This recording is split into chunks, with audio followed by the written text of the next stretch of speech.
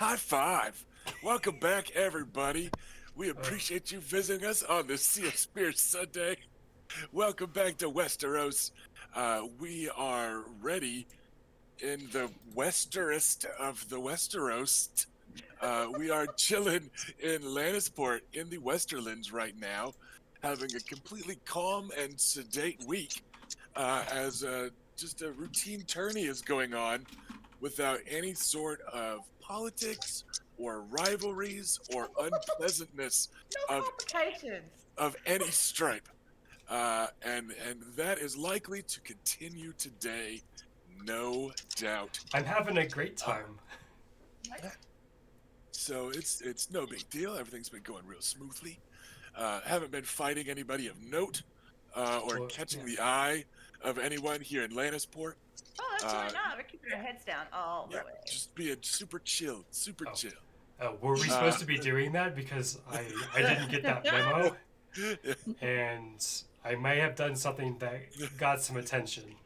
Yeah, just a snitch, just a little bit. That's right. So Cheated my undefeated streak.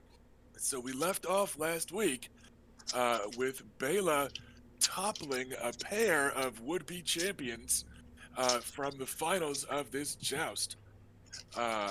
First, she beat this upstart, this Dornish wastrel that served in the Red Keep under himself an upstart, Robert Baratheon.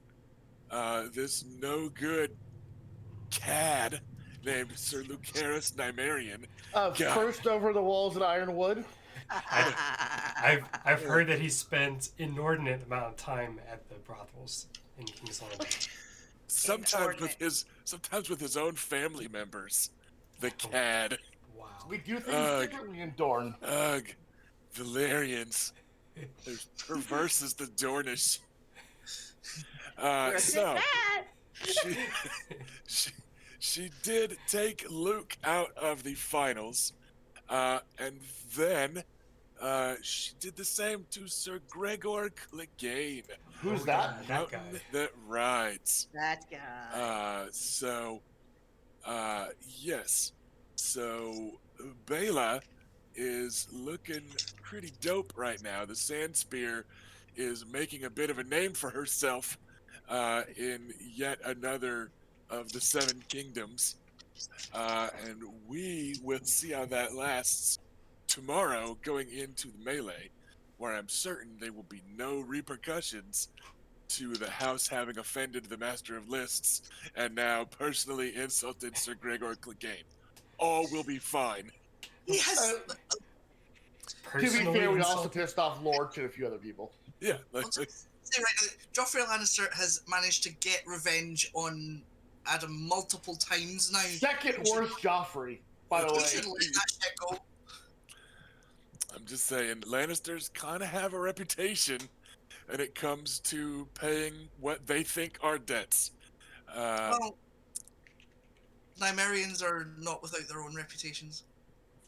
All right. But you're in Lannisport right now, not Wyvern's Rest. So we will see how things shake out tomorrow. But first, we have something really scary, and that is going shopping with a couple of teenage girls. So let's see, who was it that arranged the outing? Yeah, what exactly were we? So let's describe it to viewers. Let's start with Felicia, who got the ball rolling, as I recall. All right. What I wanted to do was to get the girls, the Westerlink girls, Jane and her little sister, who's Elena. effing adorable. I just wanted to spend some time with them away from their mother, who is a little bit overwhelming by and overweening, overbearing. She and what it turned out to be was through some creative listening by the lady. Is that the girls are gonna be going on a shopping trip with myself and Adam and Luke. Yes. Luke got added because, well, he's a knight and we might need his protection. Yep. But what really is They wanted a chaperone. she, she wants her she wants her girls to be able to say that her girls were out with a eligible bachelor because he's not Let's married hope yet. that is all. Adam doesn't count, apparently. There's two eligible bachelors, but Yeah, right. And There's I mean, she two did. daughters. he's a knight. Yeah. There's True. Yeah, of course. Yeah. So Adam could only seduce one at a time. so what she's now thinks we're doing, she now has it in her head that her daughter is having dinner with a Ser Gregor Nymaryen. right, That's and all then she you're takes away from us. running some errands before that. Was how she ended up kind of describing things. Was instead of taking the girls shopping, now it's yes, Luke is taking Jane Westerling to dinner, That's and then not what's also happening. some other things are going on in the background. Yeah, is her is the Lady Cybele Westerling's interpretation of events, how she has chosen to internalize the goings on. And now we're debating getting Bela to go with us to keep the family together, uh, and so we may all suffer together. And also, well, shopping is always kind of fun, but we're all in the same scenes together. Yeah. And so yeah, everyone's gonna go and get some fancy clothes, and off stage, everyone's getting wedding presents. Potentially more than one, because there's a wedding after this big wedding. Right? You've got a wedding back home in Dorne, not just the affair of the season in Highgarden. So it's a chance for lots of people to say that they're doing lots of shopping. And it's going to be a chance to roleplay some with Jane and Elena Westerling. And yeah. So, let's jump cut to Bela leaving her post-joust stuff. Like, leaving the fully armored up part, guiding her horse through the streets of Lannisport towards you guys had your tourney tent area set up, and let's say Bela shows up where the siblings are hanging out and grabbing a snack, and go. Whew. Any of you happen to see that? Happen to see that, of course. Oh yes, I may have glanced that way, like briefly for a second. I'm not sure what I saw actually. It was amazing. You did so well. He was so scary. I'm glad you're all right. Yeah, I'm okay, and we're gonna be fine. You're not feeling any. Oh, Yeah. Melee.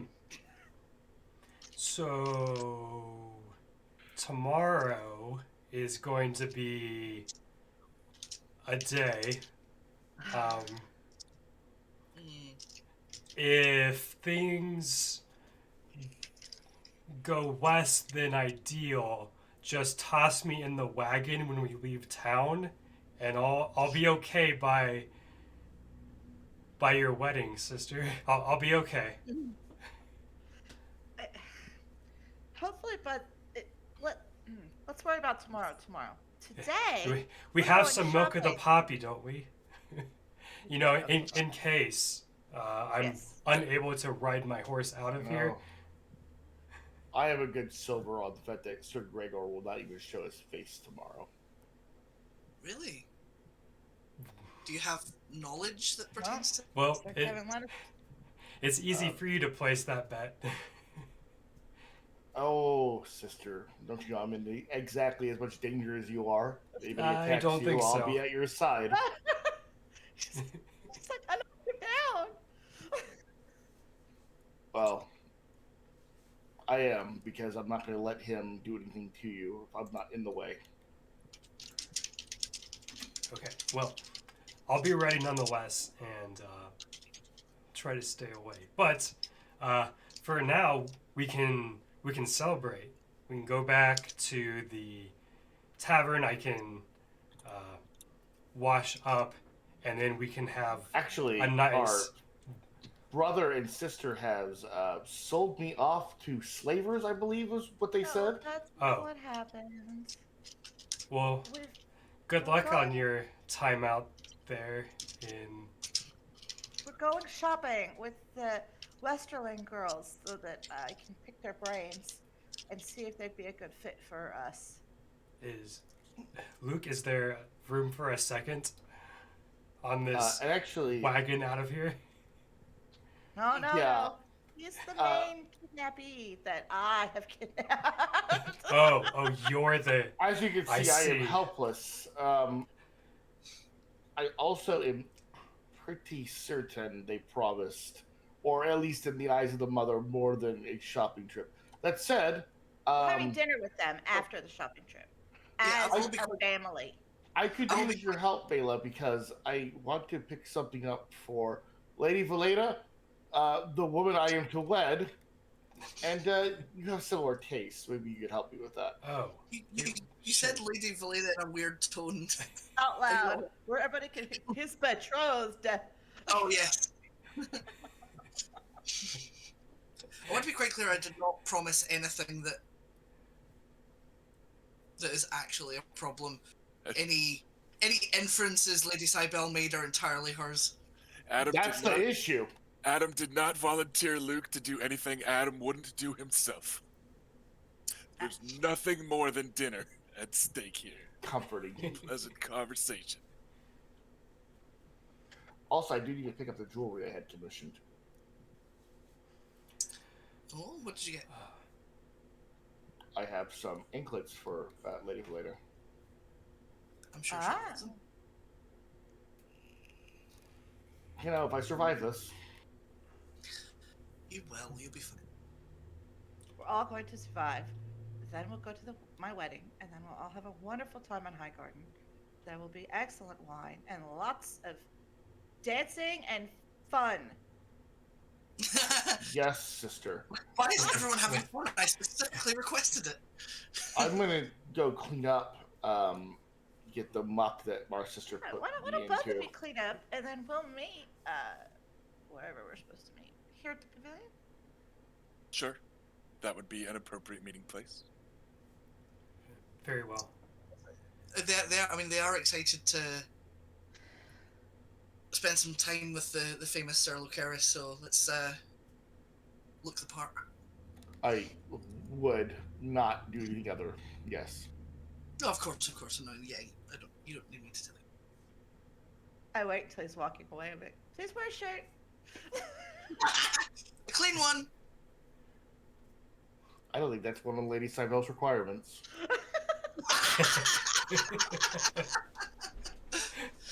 Hey, as we kind of walk up and say, "Hey, Bela, that was great."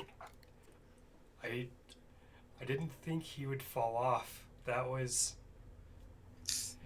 So, I figured he would be overconfident because reputation, right? And so I thought I would place the lance in a particular spot in case he was overconfident, and he must have like half jumped out of that because you see how big he is, right? Like You held the lance in that technique I showed you, which I guess it worked. yeah, apparently it did. I think some people are gonna hear about this in other places. I don't think we made any more friends among certain people in this land, but that's okay. Well, I was just jousting. They can be upset if they want. Oh, that wasn't a complaint, sister. Wasn't an apology. I know. I'm gonna reach over and give her a hug, and I'm gonna go get cleaned up. Oh. All right. And as a note, was the reminder then for the other brother and sister to be staying at the pavilion, Yes. like the I tourney mean, grounds? I plan to, unless Okay. Adam wants to go crimp. I mean, like, he's probably not. He's not done anything like he's not exerted himself enough to warrant a change of clothes, and he always dresses fancy anyway, so he's already appropriately dressed. So he's like, yeah, probably gonna stick around unless there's a reason for him to not do so, which he currently does not have. Well then, back at the pavilion, as we cut away from the brothers and sisters about to clean up and change clothes and stuff, back over at the pavilion tent, you have a guest. Sir Laurent Lorch, a knight of about 30, has arrived. He is the younger cousin and heir to Sir Emery Lorch. Okay. And he kind of snootily approaches the pavilion area and stops just politely outside of it. Again, as is kind of expected, you don't enter somebody else's it's not quite like a ship at sea, but that's the polite thing. You stop outside their territory. And he just gets there, and he kind of makes a bit of a face and then just clears his throat and waits. Ah, Sir Lawrence, please come in. Thank you. Seven blessings on you. Quite. I shan't be long. A ransom due to your, and he kind of gives this up and down to Adam, is your other brother, the burlier one. A formal ransom for the plate and courser of my cousin, Sir Amory, and his congratulations on the lucky blow with which the tourney was started. Oh, the fates do twist on the tip of a lance, do they not? Thank you, Sir Lawrence. He hands over a coin purse that does not jingle jangle. It has a thing in it. Are you scoping out the coin purse while he's still here, or what? How? Tell me, is that kosher? Is that? I mean, is that? We have established that there are kind of trade bars of various value that instead of actually 10 coins, 20 coins, 50 coins, you kind of get like an ingot or a Kit Kat bar of gold, or right, like little smaller things. It feels like it's one of those. It's equivalent value, just different format. Would that be Feels like- appropriate?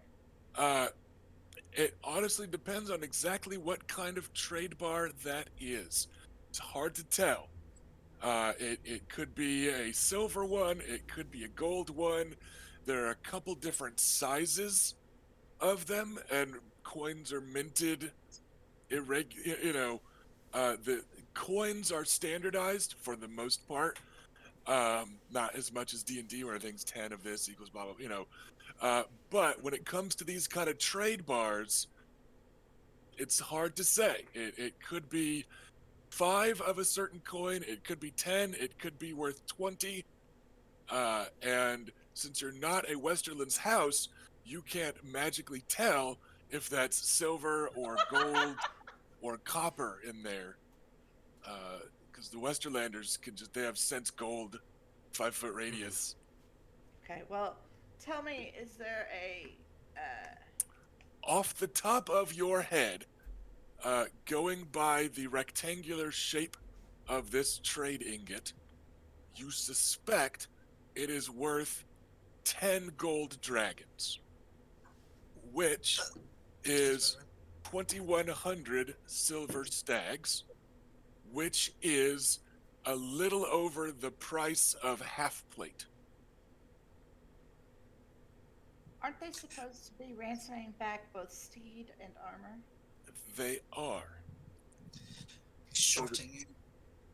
so the question is, are you gonna open it and like count? Are you gonna raise a stink? Are you going to just accept the coin? But yeah, like it definitely is one of those trade coins in there. You're not even, feeling two things rubbing together or that like it's yeah. He is perhaps testing the interests of House Nymaryen, testing the economic necessity of House Nymaryen. He is perhaps testing the steel of House Nymaryen, or I mean, maybe he just counted to one instead of two by accident. Who can tell such things? I'm And considering.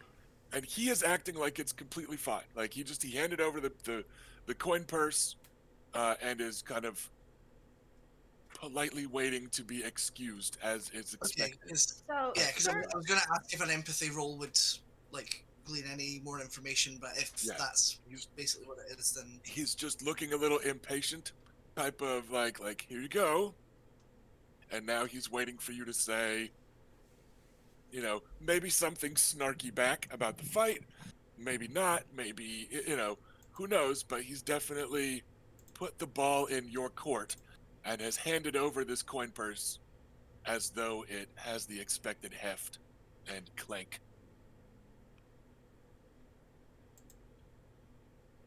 I kind of hold, I just bounce it in my hand. uh, this is my brother's prize. Would you like to have some wine until he can return, or you can place it in his hand? Oh, thank you. No, I've heard of Nymaryen Rhine, and the Dornish Reds don't agree with me. And I trust you'll give the coin to your brother. I don't think the heir to the Blood Royal is going to run off and spend it on herself. Well, I, I merely ask for honor's sake. I mean, it's fine. Uh, out of character, Felicia, would it be helpful if I got involved, or do you want me to stay out of this? you can get. I mean, you can be involved. Yes, because um, I like I think because possibly at this point Adam's picked up that something's up, and but I don't want to like step on your toes. All right. Uh, well, then I'll like toss it to Adam and be like, can you place that in Luke's, I don't know, over there with put that in our treasury or whatever. Yeah, and you guys probably each here in this pavilion, like you probably each have a small chest with like a change of clothes and a handful of other things. So he's got a locker of sorts. Each of you does here in the pavilion area. So. I would like to give my Yes. compliments to your cousin's armorer. Uh, his full plate was quite nice, and his steed was nothing to sniff at. It was quite impressive.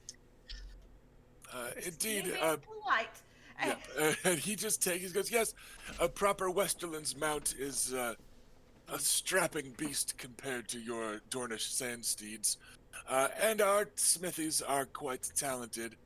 I understand you've a few associates of your own in Nymaryen lands, but I will pass on your compliments to our smith. For pardon me, sir, this feels somewhat light. Of course, I'm somewhat unaccustomed to these trade bars. If you don't, would you mind if I? And he's not even waiting for permission. He's already like opening the bag. Good. He's taking my out money uh, guy, is Adam. Yep. And you take a look, and it is in fact a standard gold trade bar that is worth 10 gold dragons, Yeah. which is 2,100 silver. Full plate and a courser, if neither are castle forged, is 3,600 silver. So there should be at So- least one more in there. So now it's a question of, are you guys gonna make a show of counting it and being short? Are you gonna sound like you need the money, or like you're questioning the honor of House Lorch, or Sure. how is this gonna go? No, I've got an idea of dealing with it. He's going to, of course, in the first instance, entertain the possibility that there is some error.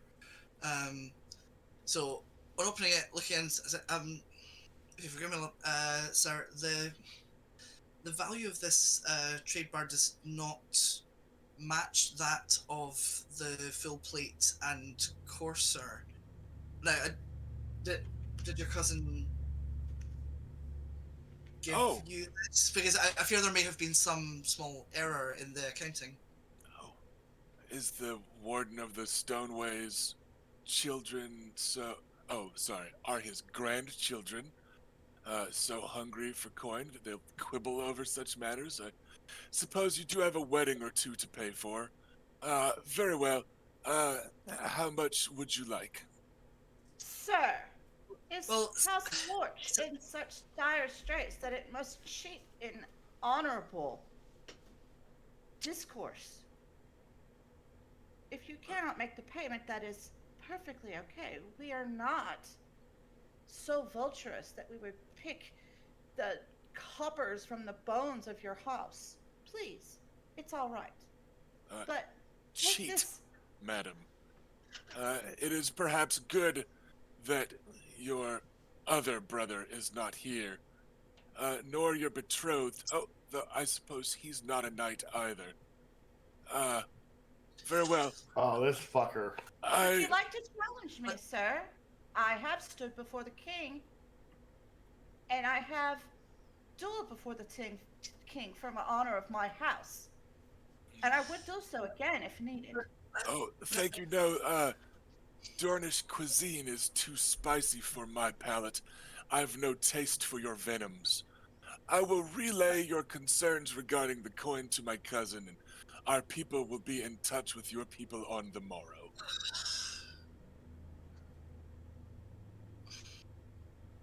I had it under control.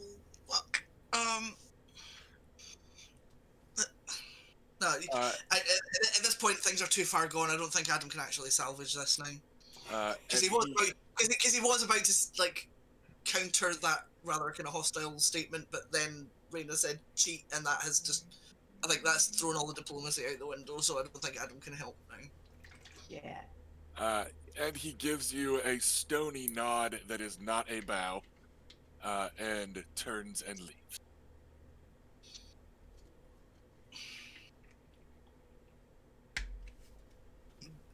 Might have been a little premature to accuse him of cheating. It Which is cheating. He almost certainly was, but I was trying to keep it a bit more circumspect so that he wouldn't challenge us. There was no good way out of that, Adam. Nobody got challenged. He just said his people would talk to you people tomorrow. I'm sure he means before or after the melee, when they'll clear up this simple addition error where he could not count to 2. I'm merely. Well, I mean, that's no what, good like, way I mean, out of this. Adam was Adam was just trying to play it off as a mistake so that everyone could save face, but yeah, I think he maybe wanted a fight. Yes. Here's the thing. We did play it off a mistake, and then he was like, "Oh no, blah blah blah."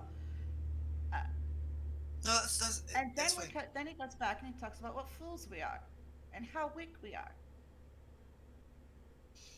And that time you murdered somebody in a duel. I didn't Don't forget- murder anybody. Don't forget that one.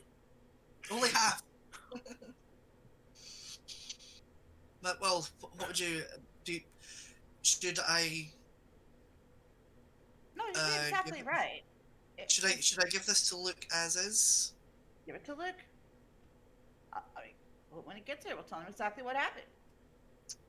That's If Luke had been here, he would have immediately challenged him. well. We did unfairly tell him to go wear a shirt. So. So he was indisposed. No matter which way it went, it was a challenge, and it was aimed to draw a reaction and to see which direction it was going to draw. I suppose. In my opinion. Uh, So I, No, you're probably right. and then, as you two are hashing that over, you hear a blood from off to one side of your little pavilion area. We'll glance in that direction. Oh my God! It's an Ironborn raider. Get him. Sir Harris Harlaw oh, stands there. he's In a really interesting Ironborn guy. he is in a doublet and stuff. He is not wearing armor, but he's wearing like the padded stuff that goes under Oh, it. Gambison. Yeah, the gambeson and all. Yeah, that's it. But and remember, his is interesting. It's half Ironborn Edgeby bullshit with a silver scythe on black, right? And he's all, "Ooh, I'm a reap your soul, repositioning in Overwatch, right?"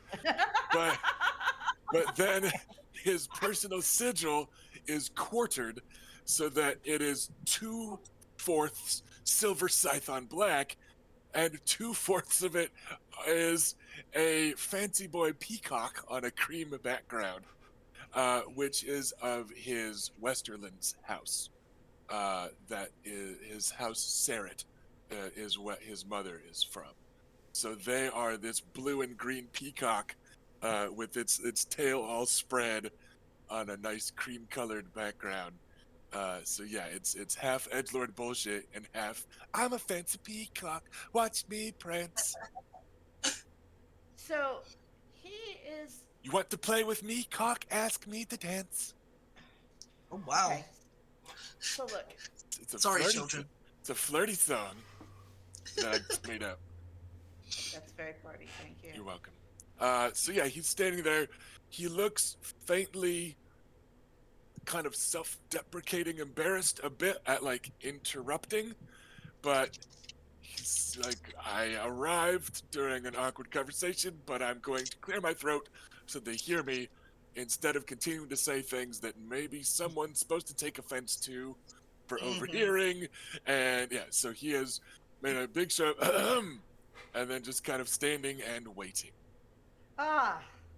So Hello, Sir what Harry. I understand, Sir Harris is he head of the House Harlaw of Grey Garden? Yes, Does he that is make the him a head. lord? No, he is the sir. He's a landed knight Okay. of House Harlaw of Greyguard. But he's the heir to House Harlaw of Ten Towers. Yes. So he's And just- out of character, we don't exactly know in metagame his relationship to Lord Roderick. They're not father-son. They might be siblings, might be cousins, whatever. So it's his kin is the Lord of House Harlaw of Ten Towers. He is heir to it. because Roderick doesn't have any kids. You Yes, can just because- make it up.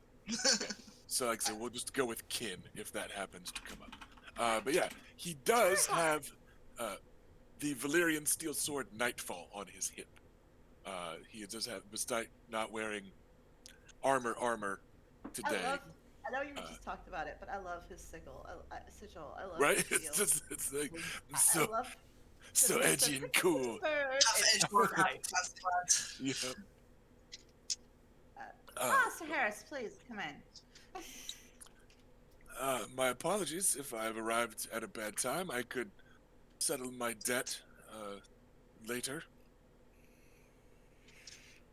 It's perfectly all. It's perfectly all right. Please come in. Would you like some wine? Thank you. No. And he kind of puts a hand on his stomach a bit uneasy after a few of the trouncings I took this week. I do better fighting on foot than on horse, I'm afraid. I'm not the knight that I should be. But the Lannisters aren't the only Westerlanders that pay their debts.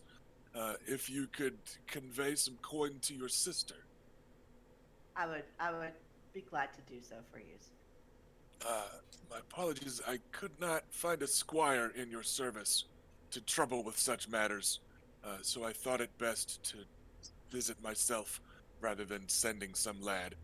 And he pulls a coin purse off of his belt and kind of hands it towards either or both of you. Adam will stick his hand out for it and take it off him. Okay. Well, we are running light on suppliers at the moment, which we are A trying matter to that we hope to remedy before we remedy run exactly. home. And this one does jingle jangle just a Okay. bit. There's not a ton of coin in there, but it feels like a trade bar and a couple others. Is what Which would you know, be about right. there is more, right? So it seems like an appropriate weight then. Yes. So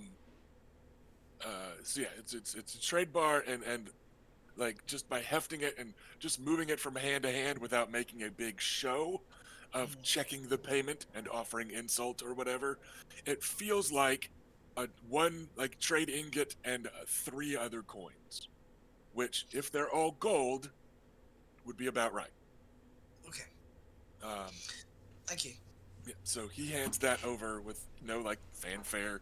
He doesn't seem to be reading you for a response the way that the Lorch was. He just hands it over. But yes, a fine tourney, and Ser Gregor's fall have salvaged a bit of my honor, I'd say. With Bela fighting as well as she did, I'll take no insult in losing to her earlier. As well, you should not, sir. My sister is fearsome in battle. I'd heard that about Dornish women, along with a few other rumors. But I had not yet had cause to face a Dornish woman in battle. Should my people ever sail far enough south, or yours far enough north, I will be glad that horses should not be involved.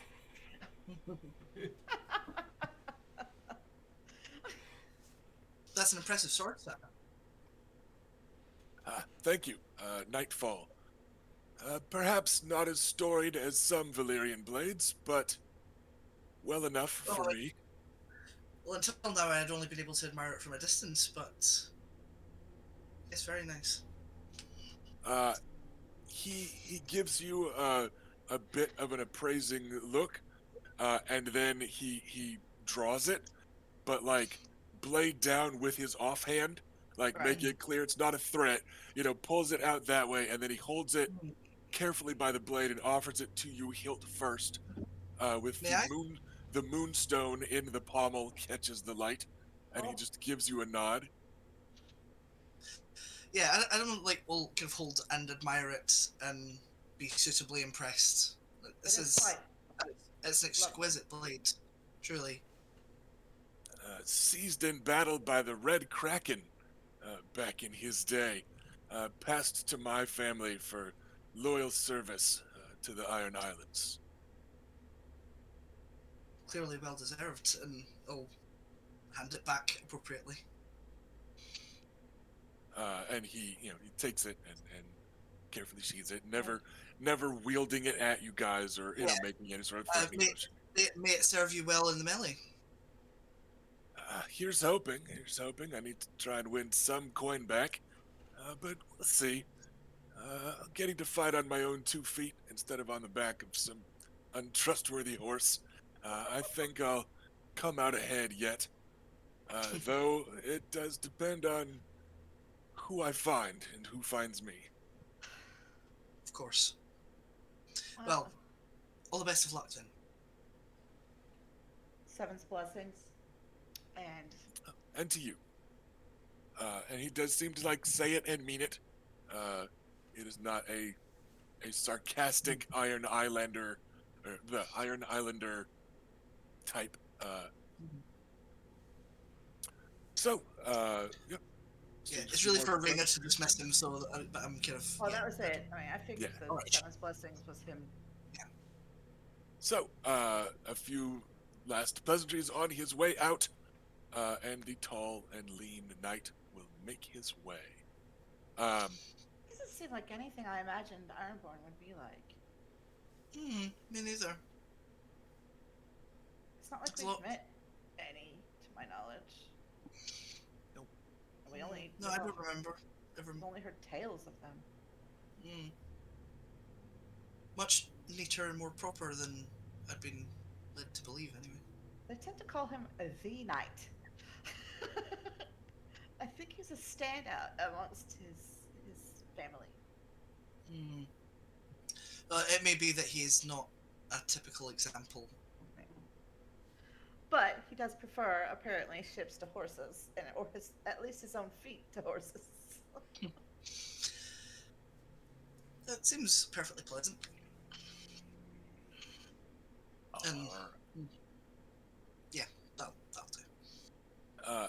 We'll say by about that time, Bela and Luke are able to make their way back to the pavilion grounds. So the family is all back together. They'll return in fancy Dornish-style robes, mostly house colors. I don't have a detailed description, but something with a lot of detailed patterning on it, And Bela, Yeah, I had something pretty similar in mind.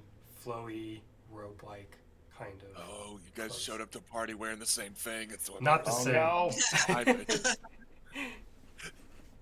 I'm not taking a dress I was off. going to say mine is probably a little bit more revealing, but because it's Luke, it still might be pretty similar. Yeah, it's just the roll of the die.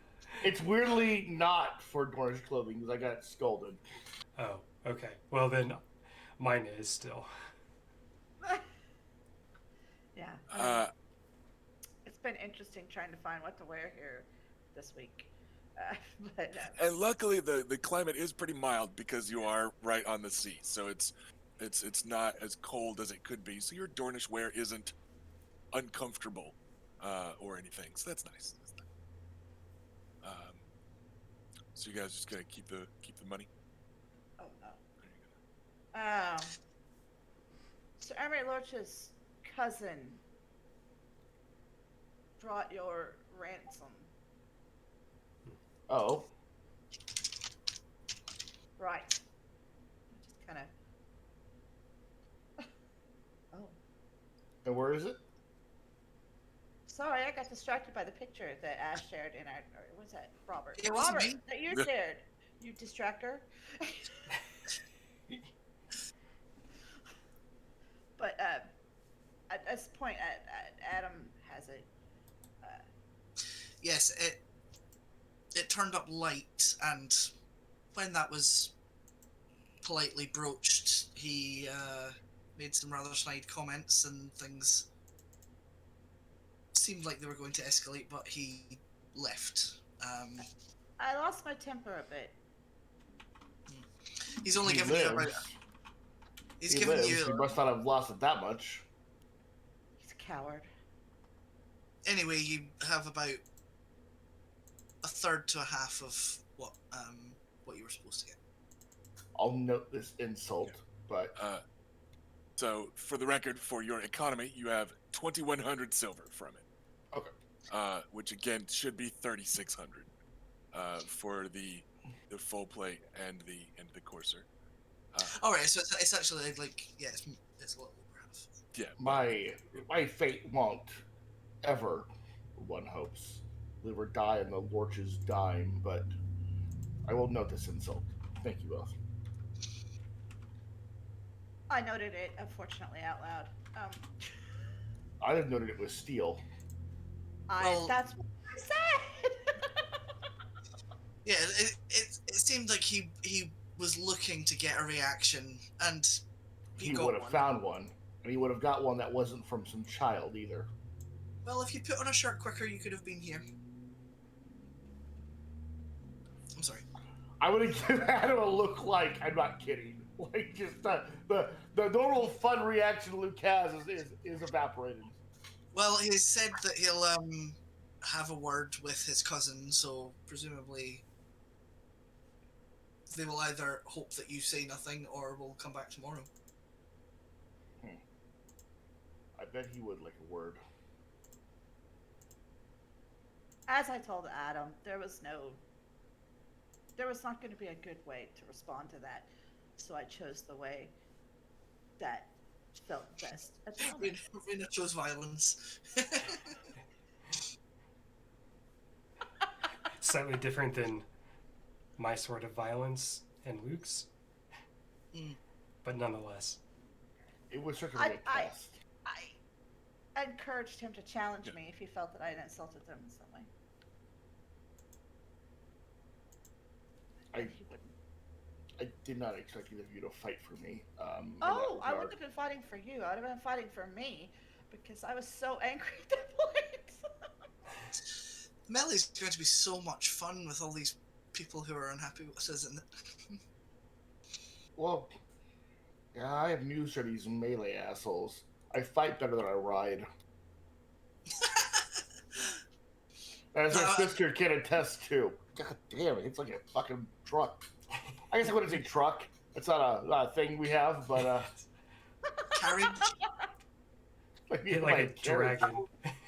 cavalry charge. It's very similar to a cavalry charge, yes. Just teasing. Cart full of live hens. if Lorch and his ilk wishes to step this up and do a feud, I am more than happy to answer. Oh, they're going to stick to the shadows. They're going to make whispers. They're going to make snide comments about how we're so hurting for coin that we counted our ransom. If it had been the right weight, I wouldn't have had to count it. Oh, and Bela, Sir Harris Harlow, also The Ironborn. Did he short her as well? No, he was very pleasant. What Yeah, world he do was we perfect. live in when we have to rely on the honor of the Ironborn? Exactly. For the record, a quick count of that coin purse, Bela. You have 2,730 silver stags. He actually overpaid by 130. He owed you 2,600 for his half plate and courser.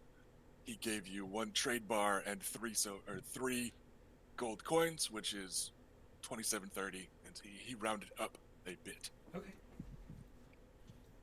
Well, So you know that those is very Ironborn kind of were him. Yeah. who are famously wealthy compared to Westerlanders. You know they handle things. Oh well, it seems that our Ironborn friend slightly overpaid. Showed us Nightfall as well. It was very impressive. Oh, It is a very nice. was blade. it? Yes. Really? Adam got Very to touch nice. his sword. Well, with the stone in the hilt. Yeah, Adam's The never moon gotten to side hold a was Valyrian lovely. weapon before, so. Apart from, like, I don't know, maybe Bela let him hold Sunfire once, but he's never held a Valyrian sword. Oh, I've And held he's Bela. like, I've no, swired no, for you Bela don't. on several occasions. Don't touch it! It's like nobody touches my spear unless it's to hand it to me. No touching. Deferentially, No touching. on your knees. There's always money. There's always money in Sunfire. We're not going to. 250 silver stags hitting the hilt of Sunfire. Oh, dear. That joke's just for Ash. Yes, it was possibly the most exquisite blade I've ever held. It was gorgeous. Well, hopefully I'm able to see it sometime at not at a violent instance. Well, yes, I was rather thinking tomorrow it could possibly be flying in your face, but that's not really the time to appreciate it. No, I think I might be preoccupied with other things. Hmm. So it's You guys hear a deep-bellied, polite clearing of the throat, I know that's not the Westerlings. and a pair of That be yeah, no, it's that be a Elena. floor of That's some just kind. it's just how she Well, sounds. Yeah, With a that's raspy deep voice. That's fine. 13-year-old girl. Smoky. So yeah, a pair of looming shadows Dun, at dun, the dun. edges of your pavilion ground, and sure enough, it is a pair of Craycalls, We love Sir calls. Sir Merlin and his brother Sir Lyle. Ah, Merlin, Lyle. Come in. Would you like some wine? Lyle gives Merlin an elbow in the ribs, like Sister, an do "I we have told you any? so." Do Definitely we have an any "I told you caskets so" left elbow. over that you can take back to their father? Boo. I'm Oh. sorry. Lyle is the. I was thinking of Lyle. Lyle's the strong strong boy. boy. Lyle's the strong boy, yeah. So Lyle elbows Merlin in the ribs, and then "I told you so." And he goes, we'd love some." You get the feeling it was, "This is why we deliver this coin in person." Was the thing like he's like, "I told you," right? So he's like, we'd love some," and he makes his way in and just has a seat in one of your creaking chairs. Just imagine a buckling. Yeah, it's just Is there someone around to do that, or like, because if there isn't, like, I think it's Someone- probably gonna fall to Adam to be the wine that's fetcher. fine. We do have a contingent of like men and servants that are kind of off screen. I mean, if Well- Adam could afford them, he would have them. Yeah, you have men and you have a handmaiden, but in this port city full of rich Westerlanders, no one's been keeping a very good eye on Philea, so you're not sure where she is. Oh my god! Could someone put a fucking bell on her or something? I mean, I say let her live her best life. I do too. Well, that's fine. I mean, she's like, As long as she's loyal, she can fuck sailors 20 hours a day. her handmaiden training is either going very well or very badly. We're not sure which. Anyway, Adam will pour wine for everyone. Excellent. Thank you, Adam. So Merlin is a little less comfortable about just like, "Listen, they said I could come in. I'm going to make myself at home on the Strongbow." Right? Like Lyle just is like, "Listen, they said I could come in. They offered me wine." He's like sitting down and putting his feet up, and he's like, "Listen, we've drunk together 3 times now. We're practically kin." Right? That's the Strongboy's body language. Sir Merlin is a bit more polite about it. He's still a rough-hewn and Craycall stock, but he's not quite as sure. But he looks to Lucaris. He goes, "I was feeling a bit bad about taking a tumble from the saddle until you also clobbered the strong boar, and I feel a bit better about myself." Well, so I'm glad you feel better because I still have a goddamn it's just 7 damn mark on my chest where you hit me. And I've got another one from where he hit me. And I think we were just softening you up a bit. Some terrible Dornish wench is eating everyone on they're their arse. terrible about it. I this- got one back home I've been trying to deal with, and she's bad enough. That's fair. If I hadn't had to deal with double crate calls, I probably could have taken the whole tourney. And the Strongboy said, well, I had to fight 2 fucking Nymaryens." Oh, fuck those people. I heard they use Associ magic to win. At least then the bruises would be more fun. Oh. And he's carefully joking with Luke, not looking at either sister while he says it. Yeah. But then he does kind of gesture towards Merlin, and Merlin's like, "Oh, I'm fine." And he pulls out a small chest and just kind of waves it around like it's not a small wooden chest full of coin, just in his big, Craycall ham hand.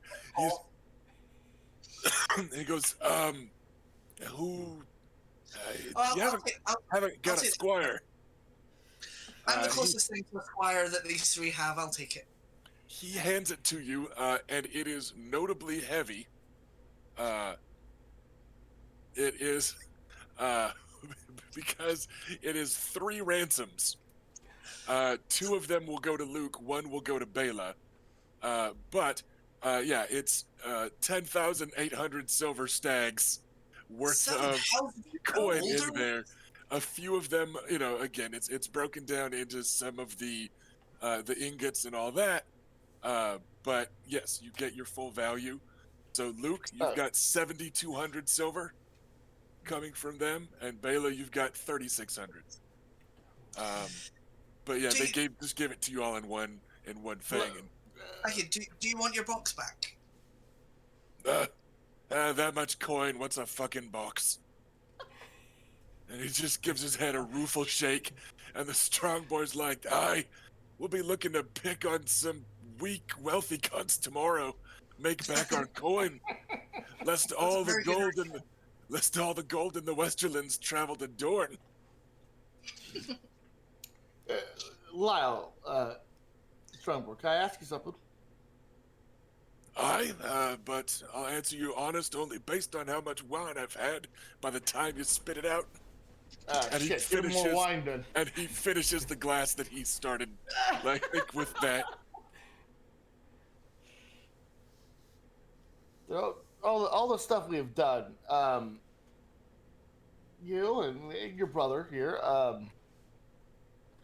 you make good sports with everything.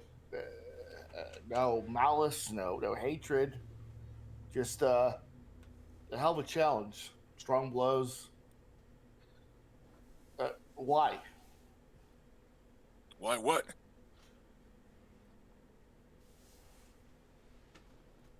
Wow. Why don't you give us more hell? Why don't you?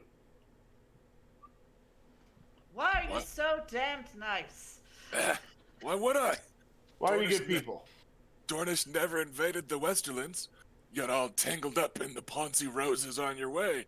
Never wrestled your way past those vines to come fight the real men. So we've got no family grudge. Nah. Boars and dragons never seem to get along, but never seem to hate one another neither. So we've no quarrel with your Valyrian blood. You lot are generous hosts. You share your wine, and most of you are pretty to look at. And he gives Luke a big wink and a leer, like a big over-the-top. But he doesn't most of you easy on the eyes. Why be cunts about it? Tourney's a tourney. Coin's just coin. Why be fucking cunts about it? Why? Oh yeah. I hear you can't take it with you when you go, I suppose. Yeah, plenty of cunts have tried. Hmm. All right. Yeah. Well, we're very happy to know you and to be able to count you as friends. I'll drink to that. And both of them offer up a toast and finish another goblet of priceless Nymaryen red in a single They're gigantic taking gulp. our free Yeah. refill policy a little strong. They're like, Wait, look, I've got And my, one for the road. yeah, like I've got my, Oh, we probably don't- I got my membership goblet that was one of the prizes at the name day tourney, and now I We're get free being refills generous, but at the any. vineyard isn't actually here. Yeah, it's like any Nymaryen gas station. I can just fill up my slushy goblet for Wow. Wow. Wow. 7 blessings of the criticals then. I'll down my flask. This probably isn't the priceless stuff anyway. We don't just. yeah. I mean, you guys aren't. It's not. Not all the wine from the arbor is arbor gold. Yeah. Even not all the white wine from the arbor is arbor gold. So yeah, it's fine. They're just. It's good stuff, but it's not too. Definitely Nymaryen copper. No.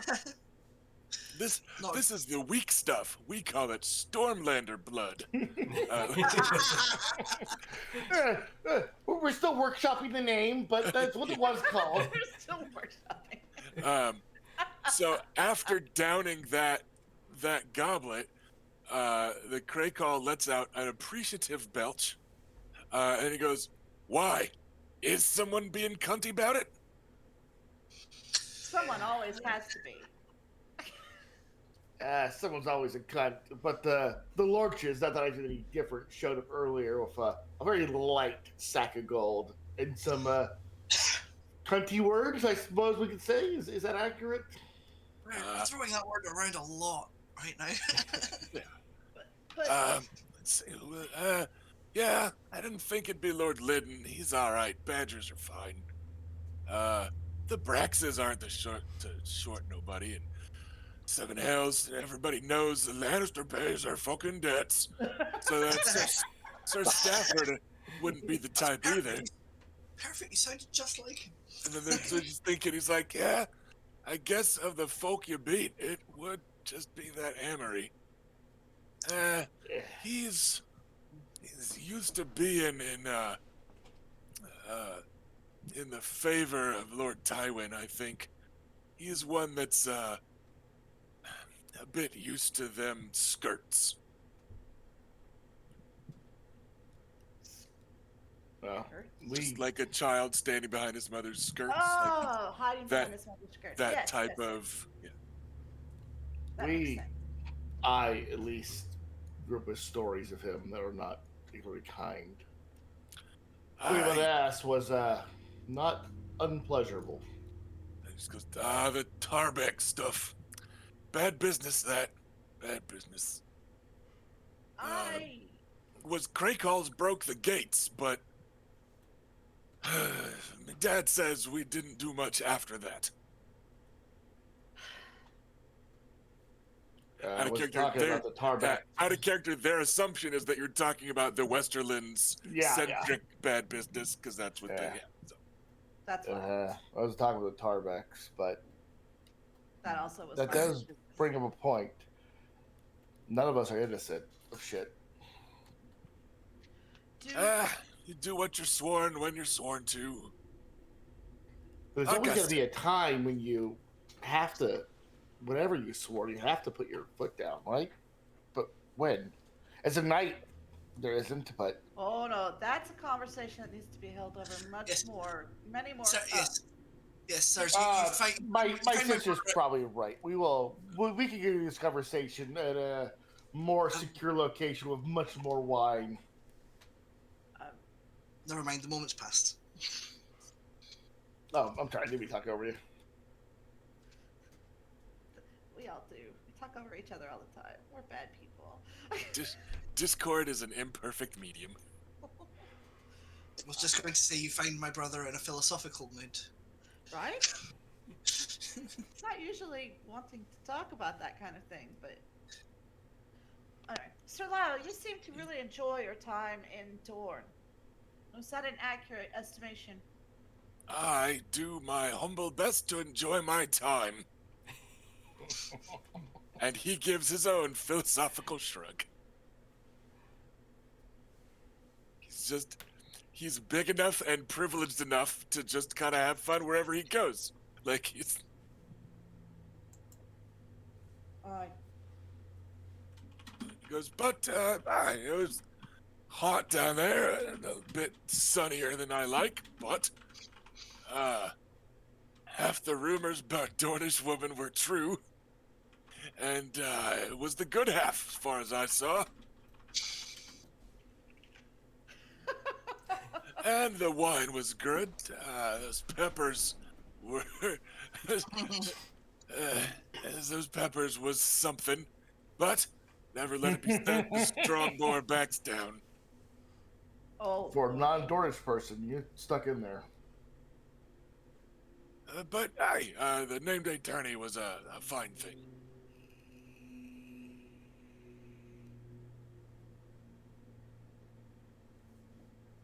How would you feel about traveling back to Nymaryen lands with us? He kind of raises his eyebrows and like shares a look with his brother, like, huh? Then he just gives a shrug. He's way too old to be my squire, sister. No, I was thinking more of a sworn knight. Because ain't you getting? Huh?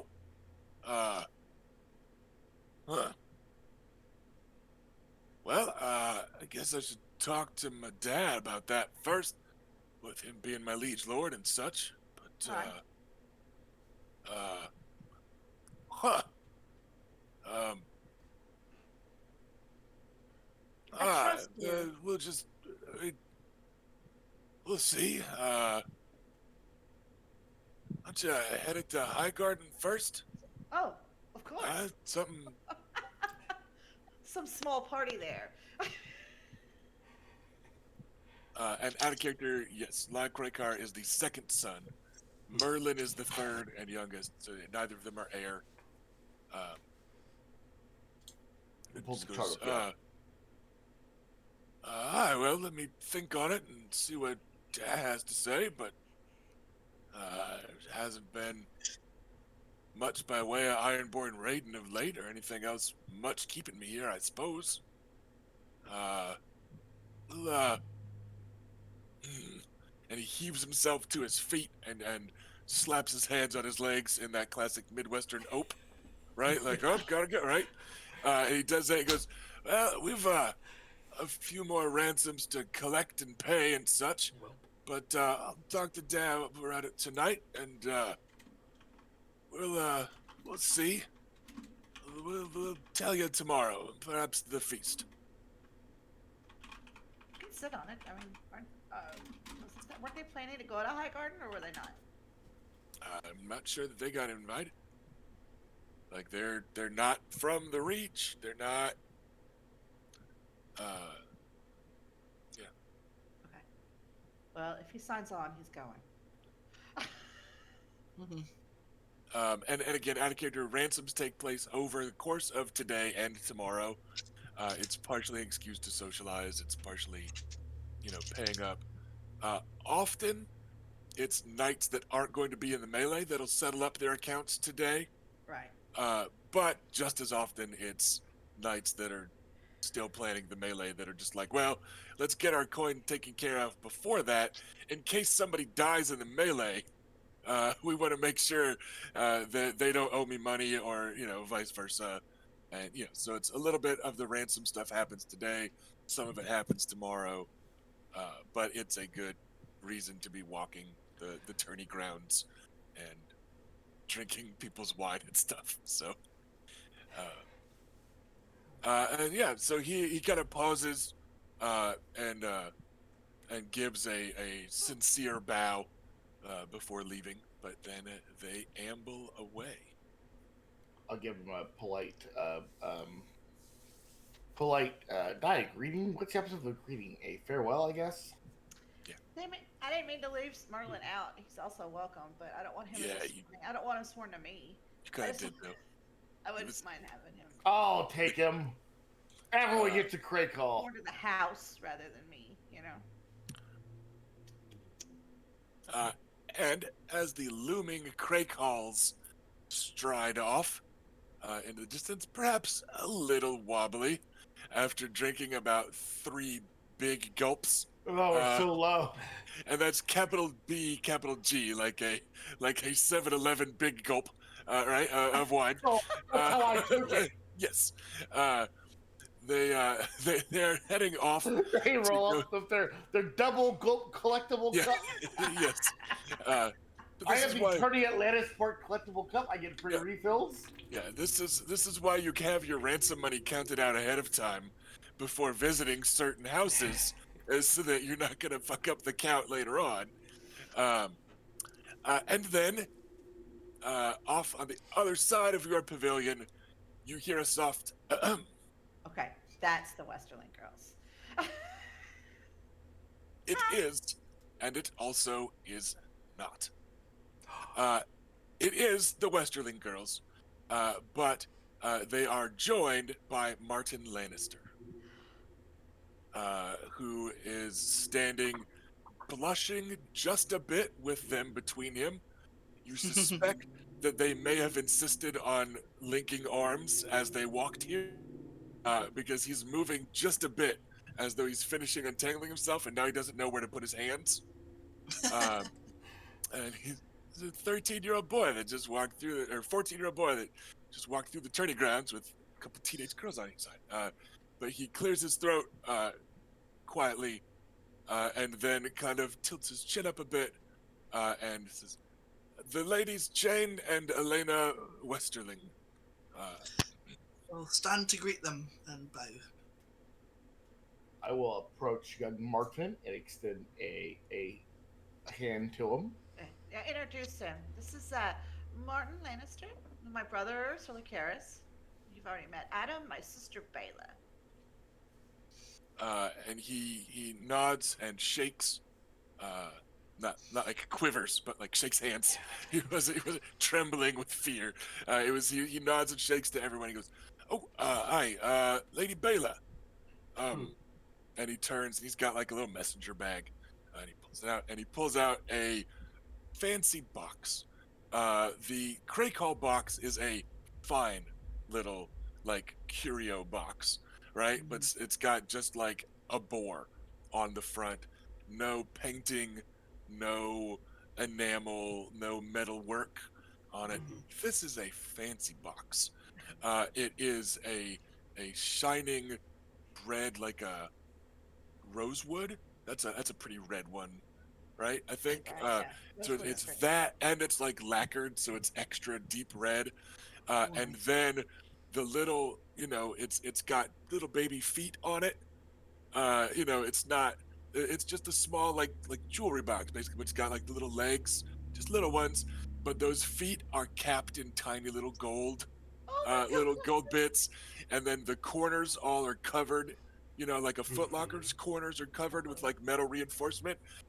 That's little gold, and it's all very tiny, very small, and like flawless, right?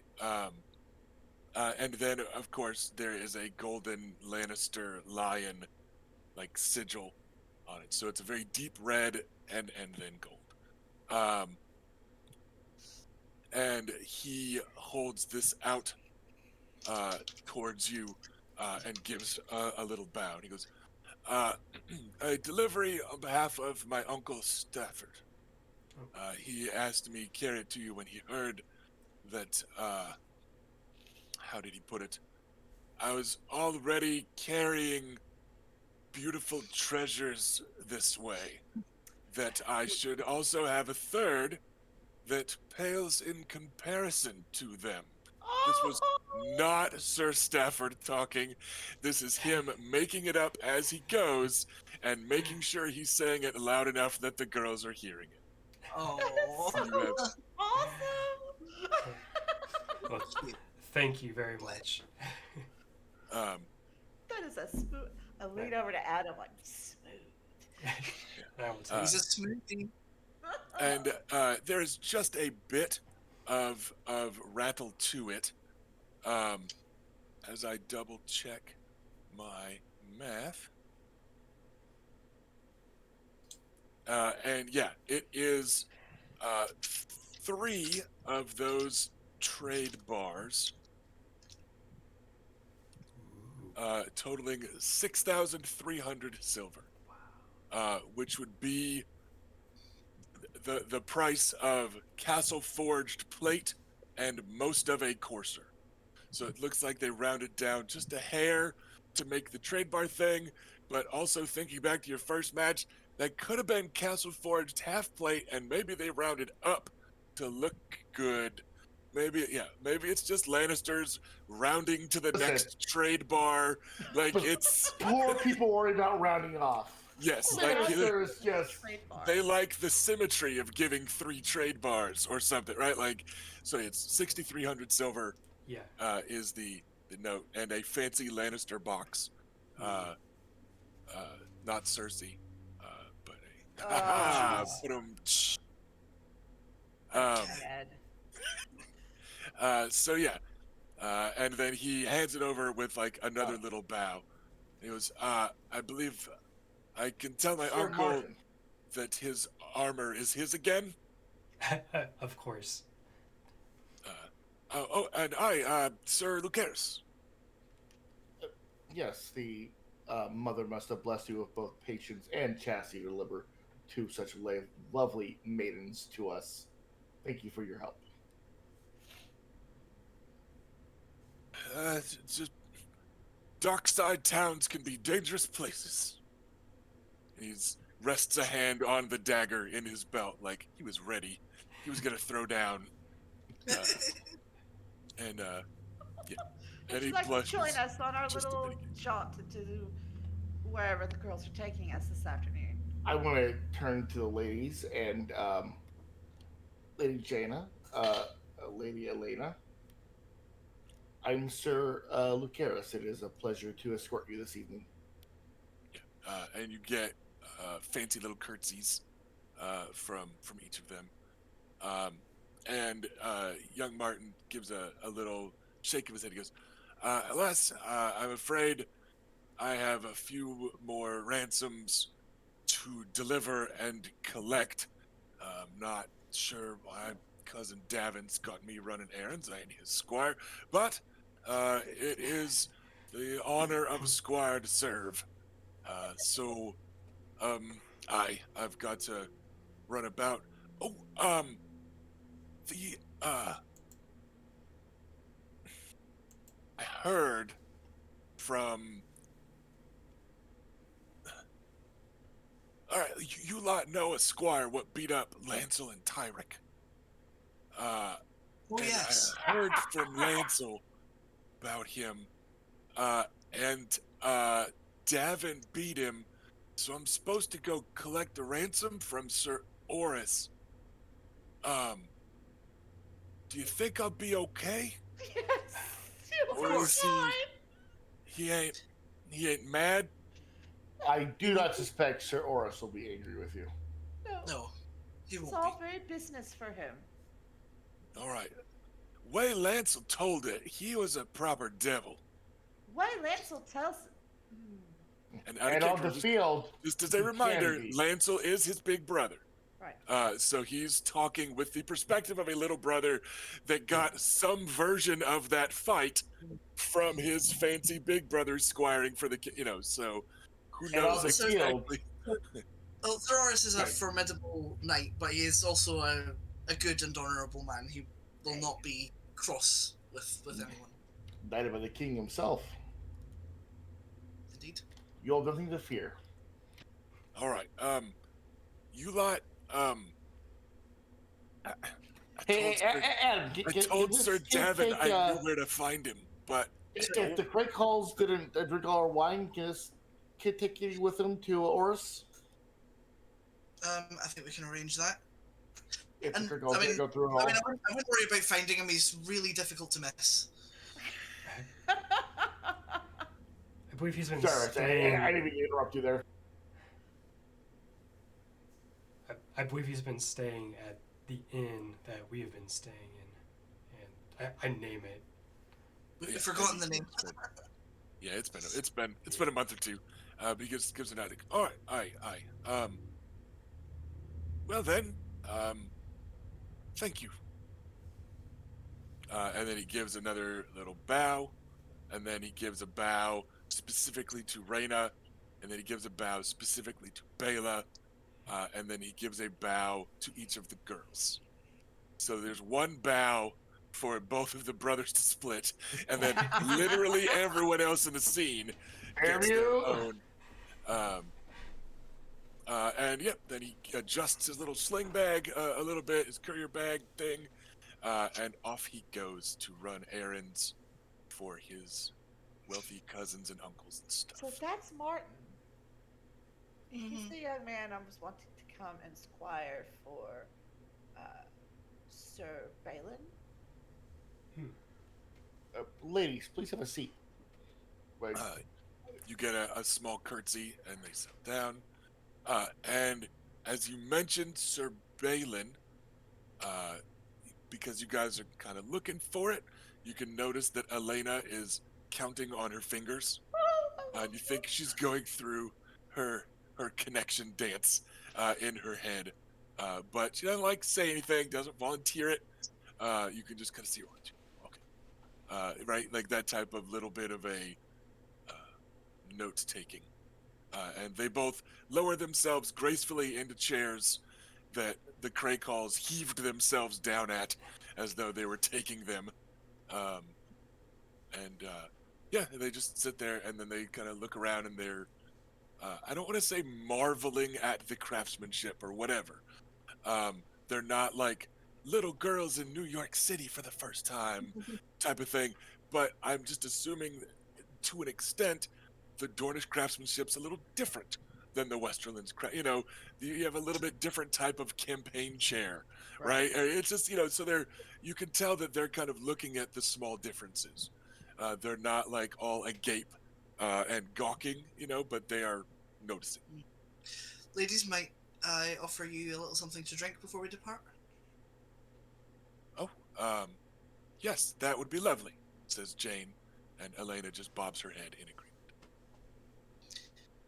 I mean, whether it, I can't remember if it's appropriate to give them wine, but I'm presuming we'll have some manner of, Some watered down mold stuff or, yeah, whatever. Yeah, I was thinking, probably, apple juice or something like that. It's probably all some sort of booze. But, yeah, it'll be... I mean, you just can't keep anything fresh out of refrigeration. Yeah, It'll eventually ferment. But, yeah, you don't have to give them the strong stuff. You can press stuff fresh, though. I mean, juice does exist in this universe. Absolutely. Yeah. But, yes, they Stop trying to get them drunk. And they sip it appropriately, and Jane murmurs out an appropriate compliment on the taste, etc., etc. Yeah, so, I mean, for my part, I'm just going to make pleasantries for a short time, but we do have, a place to be, so I'm actually a little perplexed that we're sitting down first, rather than just heading out, but yeah, a little time having a drink is probably fine. But yeah, Adam kind of wants to get going. Enough girls, let's go shopping. Right? The typical gay. Look at this. You talking days. My ladies, how have you been enjoying the tournament? Oh, I don't know much about the joust, but it's clear that you both, and she nods to both of you, and then back to Luke, are quite skilled. The finer points elude me, but I know that you've won far more than you've lost, and I'm assuming that's good. I assume several, my ladies. It's not bad for hitting some people with some sticks. But you've enjoyed yourselves just being here. The Lady Jenna and Lady Dorna are quite gracious, yes, she says very carefully. I see. And again, a reminder, they're the only girls that have been stuck there all day. The rest of them have let their daughters wander, or their daughters are working as handmaids and stuff. Lady Cybele is the only one that has made both of her daughters sit in that room from what you've seen all day, every day of the tournament. So they're, a little missing out. To my understanding, we are planning to buy a few items and then have some dinner. Is there anything you two ladies like to do before we call it an evening? We've been unable to. Well, Mother has told us both to see to it that we get appropriate gowns designed. We needed to make sure we get that done. Other than that, and she's kind of sharing a look with her sister, like she's not sure. She goes, no, we just need to make sure we got the gowns ordered. Of course. So there's nothing that you would like to do while in the city that is not prescribed by your mother? And they kind of pause and they look again. With the kind of meaningful look of is it do you want do you want to do something fun that your mom doesn't want you to? It's just, do you want to? I'm not certain where we plan on eating dinner, but I have heard that there is a fine bakery not far from where all the best tailors and seamstresses are, and they're supposed to have a honeyed plum cake that is quite good. I see. Well, if on our journey we happen to catch a whiff of delicious baked goods, I suppose there would be no mother to keep us from taking a brief detour. And they both kind of exchange looks again, like yeah, like okay, we're doing this. Excellent. And then they both kind of look eagerly up at you lot, like they're ready to go. Like, Yeah, like if people are kind of at the end of their drinks, then yeah, Adam will be kind of standing up and getting us ready to go. Well, then, Yes, and City. yeah, up they both stand, and yeah, they hook their arms with one another, um, and give a nod, like they are ready to get walking. I will grab my short sword, and other than that, I'm not going to be wearing any armor. So, Alrighty. I'll have Sunfire, of course, but also not wearing any armor. Yeah, Adam's not armored, but he does. Like, he normally carries a dagger, but he has also got his sword on today. Okay. well, I didn't pick me up from the jewelers. Let's head out. Yes. Adam will So, offer his arm to one of the ladies. which Um, one? Does Luke have a particular preference? I have been set up with the older girl, so I will extend an arm Right. to escort her. Yeah, I will. Yeah, Adam will offer his arm to Elena. Okay. She's the kind of dirty one anyway. Yeah, both of them will blush just a bit and then give a cute little curtsy. My and lady, then- if not too forward, I'll extend an arm. yeah, and like I said, they both respond with a little bit of a blush and a curtsy, and then a very formal and careful, hand on the forearm type of thing. And then they've got just a little bit of a tilt to their chin as they are escorted through the streets of Lannisport by the sons of the Blood Royal, who are as of yet both unmarried. Betrothals are nothing but rumors and lies. No, but yeah, so they're both getting walked through the city by some eligible bachelors. And we can hand away most of the shopping because I know some of you are buying wedding gifts, and you don't necessarily want to like, yes, this is what I am buying. Please make sure it fits my sister Raina perfectly, right? And like, yeah. So everyone's able to split up appropriately to do some shopping. The girls know where some shops are. They are able to help out, pointing you towards some seamstresses. They both have a letter of credit for a particular like gown maker that Can is I taking measurements for the. spy the letter of credit? Is it a fair amount or? We're hand waving it. It'll be a matter of make a gown and then charge the family type of thing. But they are both. I guess what I was getting at was if it was a relatively small amount, Luke would probably help him out. There's no like dollar amount on them. It's like Okay. we order the gown and then Do you a talk favor to us for about us, price. kind of thing. Okay. Right. But they are going to ask Raina a bit about the wedding. Out of character, there isn't the traditional, like modern day wedding thing of all the girls wear this and but they are gonna just occasionally be like, would this be and what about this color? Because like you still don't want to step on the bride's toes or whatnot, but maybe you want to wear a special add-on to your gown honors the host, or so they will occasionally get some guidance from Reina for how they should dress for the wedding, and that sort of thing.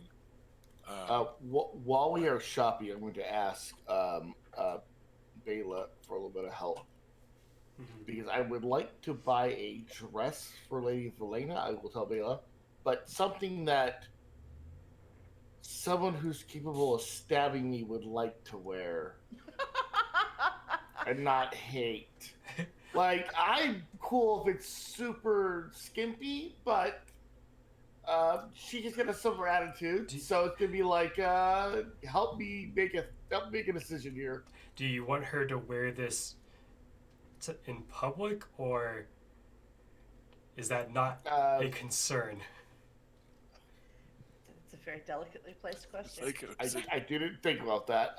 Yeah, something in public, but also fun, but also she would like. Okay. And you two have like similar taste, I think. So. Yeah, that's Dornish wench / warrior outfit number. Okay. First of all, sister, you know I've never used the W word.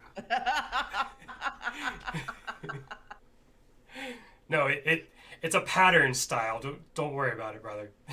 Okay, if it's fine in this context, then yes, winch it up. It's like winch. It's like with an I sounds, even though it's an I E. want to see everything, but I want her to also feel like she can still stab me, which I think she that's the winching part, to keep things tight so that when you're moving around, winch it in. Okay, it keeps things out of the way. I'm very lost, but I'm trusting you on this. It'll be fine. Come here. We'll talk to the seamstress. Oh, and I gotta pick my jewelry up that I got, and yeah, okay, cool. We'll figure that out. Yeah, I mean, Adam's going to like subtly tan France at them, and kind of sort of point out colors that would look like would bring out your eyes, or that kind of these sort of in a supporting role to Reyna. Definitely not like. Yeah, she's definitely taking the lead, but like he's kind of helping with accessorizing and things like that. Yeah, he has plans to like pick up some like foodstuffs and things because he's planning a beach picnic for tomorrow. But that's kind of just sort of incidentally on the way. Yeah, you're able to place orders with local, shopkeepers or whatever. Is anybody buying anything that they particularly want to describe right now? Or is everybody just wanting to say, I bought this in a couple weeks when it's a wedding, or a couple weeks after that when it's Luke's wedding, or, like, is anybody getting something they want to describe right now? The only thing I want to describe are the jewelry I bought for Lady Valena, which I think I already described. Basically, dual metal anklets with our house colors and. Yeah. Those are so cool. Yes. Yeah, I thought I saved the description somewhere, but I couldn't find it earlier. So yeah, it sounded cool. I mean, because you're both dragon stuff, and it's a neat vibe. Is everybody else just calling it "I bought a gift" and saving things? Okay. I didn't prepare a description. No problem. Yes, same thing. I'm buying like. Probably fabric, maybe a dress. I don't know. She's got plenty of dresses. Yeah. You have been told that your gown is taken care of. I know. I don't know what to say in my gown. If you got a letter like written by Marjorie, it would say, "So you needn't worry." If you read grandfather's letter that he got from the Lady Olenna, it says, "So she won't make a mess of it," right? Like it's just, it's all about tone. But yeah, like you're told that like your gown will be taken care of. You're expected to prance around Highgarden looking pretty for a few days before and after. So saying you're buying a couple extra fancy dresses isn't a bad call. Yeah. But yeah, other than that. Yeah. I'll also rope my sister into helping me buy something for Reyna for her looking pretty period she has to do. Yeah, I mean, like everything that Adam is getting can be described at a later date, but yeah, he'll be getting some of the things for Highgarden, and if it's anything that Raina should not see, he will be making sure she does not see it. Sneaky, sneaky. Wait, don't look at this. Very sneaky. Look away. All right. Oh, look, is that Sir Garland? Yeah. And then just immediately use that diversion. The And yeah, girls are. And yeah, im- yeah, and Continue. definitely making a point of taking the girls to this bakery because Yeah. they clearly want to. The girls are impeccably polite throughout. They are still careful when they speak, like they have been clearly trained in fancy etiquette and I think the breeding specialty is the one that's all, It's, that sort of thing. How do they treat the people that are serving them? Like young girls that are nervous to offend. They are not young Circes, right? Where they're like, yeah, Yeah. they are, they are polite and formal, with them. But yeah, and everyone is appropriately deferential when they mention, I'm of House Westerling of the Crag. They are a prominent Westerland's house, even if they temporarily fell on some hard times financially a while ago, and even if they have sullied the house somewhat with this marriage to House Spicer, in the eyes of the snooty dames of the Westerlands, like House Westerling is still a respectable Westerland's house, and they get a lot of things on credit. Like they're not carrying any coin, except a small purse with a few copper and silver in it for incidentals.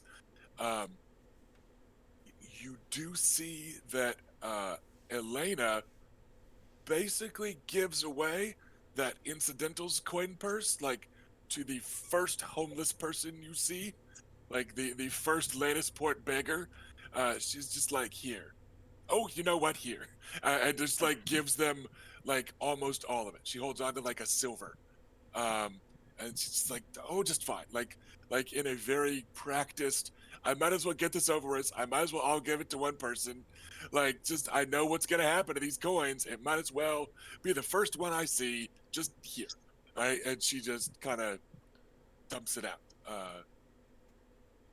But Jane gives like a copper a piece to anyone that dares approach your group to beg. Um, she very kind of formally and genteelly, gives each of them a copper or maybe two. But yeah, Elena just like dumps her coin purse out on like the first one, to get it over with.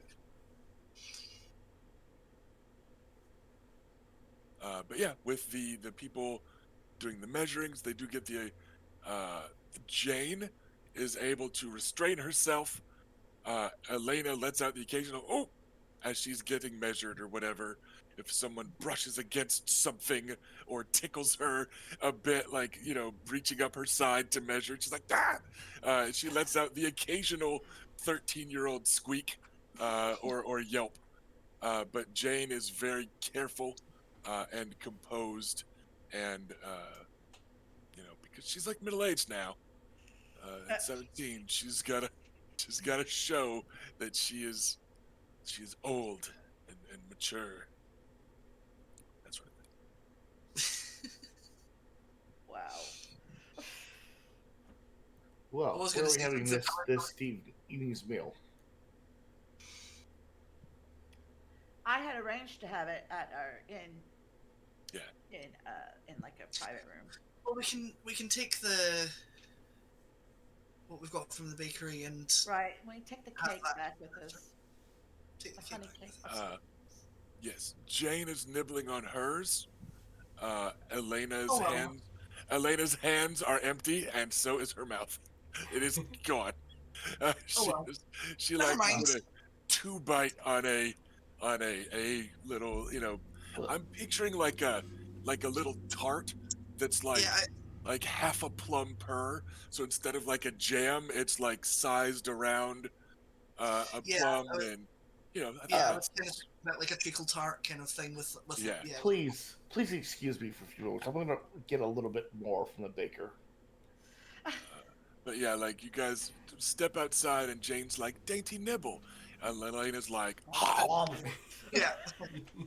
uh, just yeah. I So feel I'm gonna go back and get another order for both of them yeah, and then so bring it with Luke, me. yeah, Luke ducks back into the baker as the rest of you make your way back across town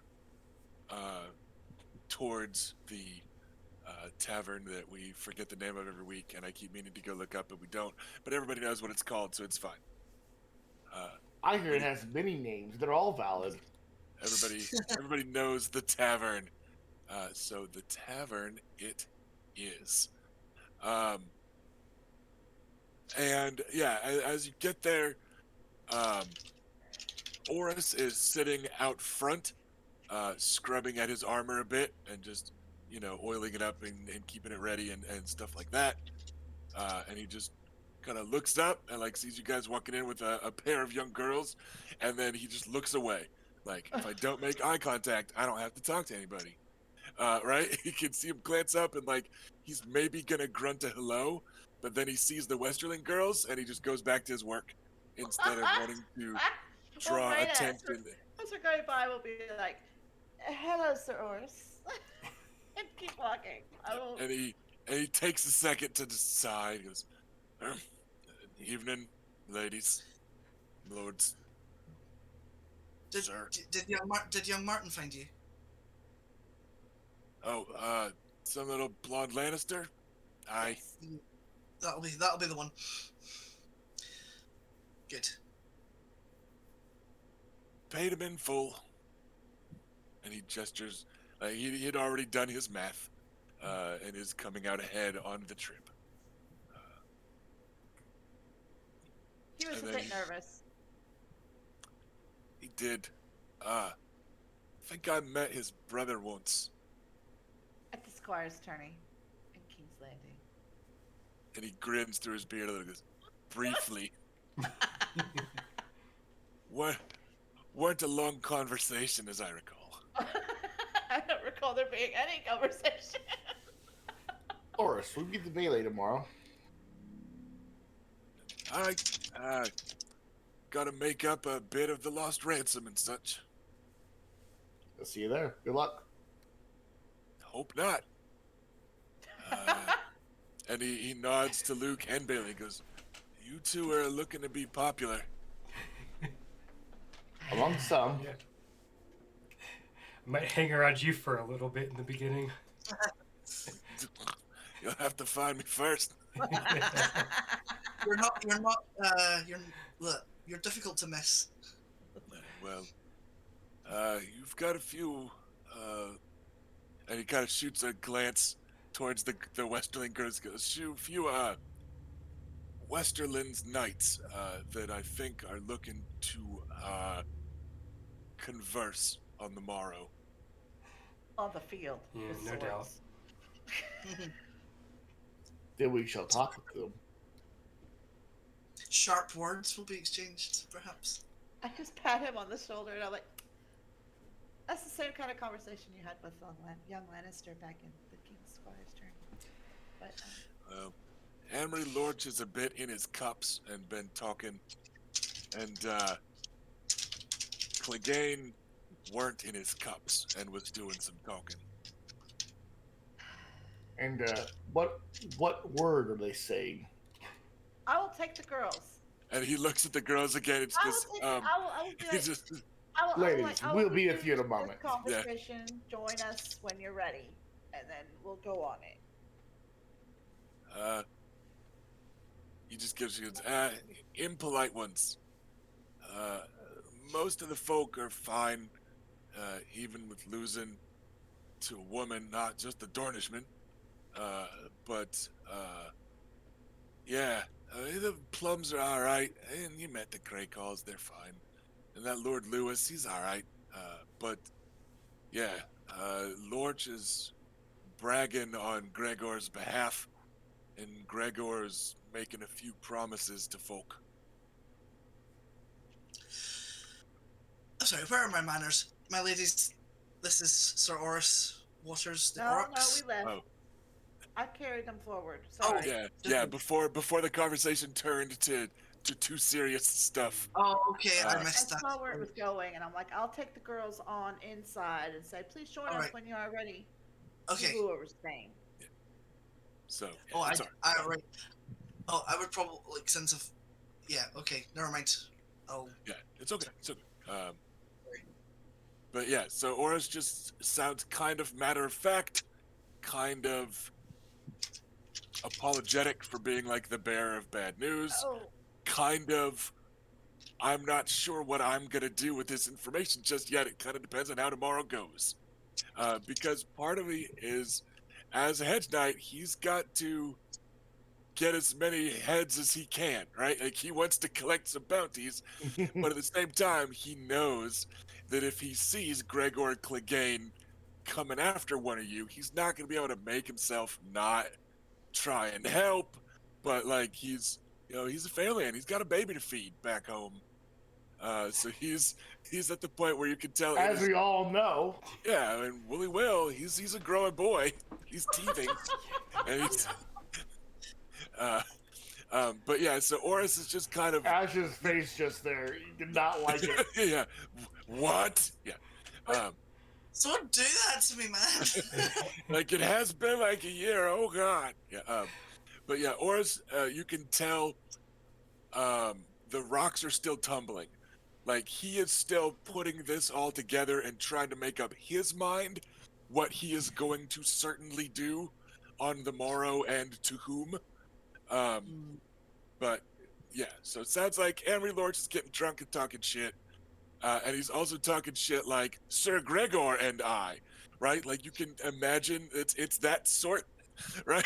It's like the mountain and I will teach them a lesson, right? It's that type of bullshit that Amory Lorch is saying. And yeah.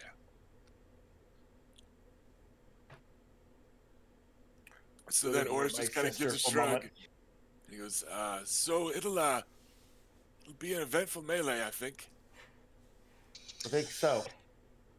Yes. Hopefully not too much so. We'll be fine. I know you will.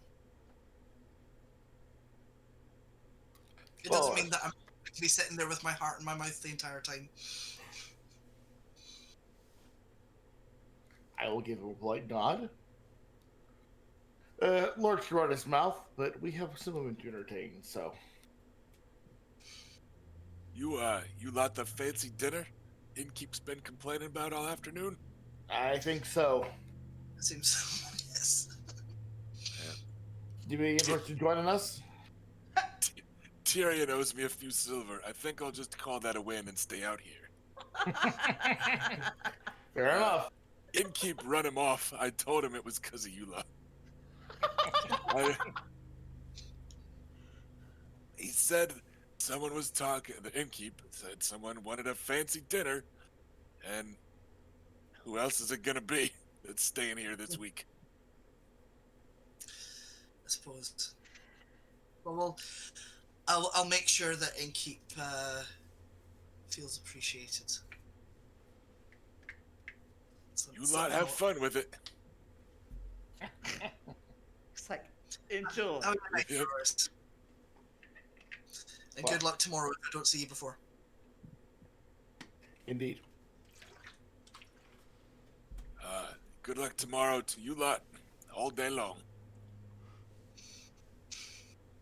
We'll turn and head off. Yeah, go and join Reyna and the girls. As we leave, I will stop and look at Bela for a moment. How do you feel tomorrow? I'm gonna worry about that tomorrow, I think. Unless I'm dwelling on it right now.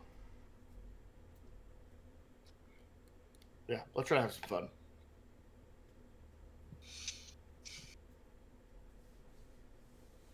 All right. The dinner is what could be prepared. and then presented in a somewhat fancy fashion. It's a lot of fresh seafood.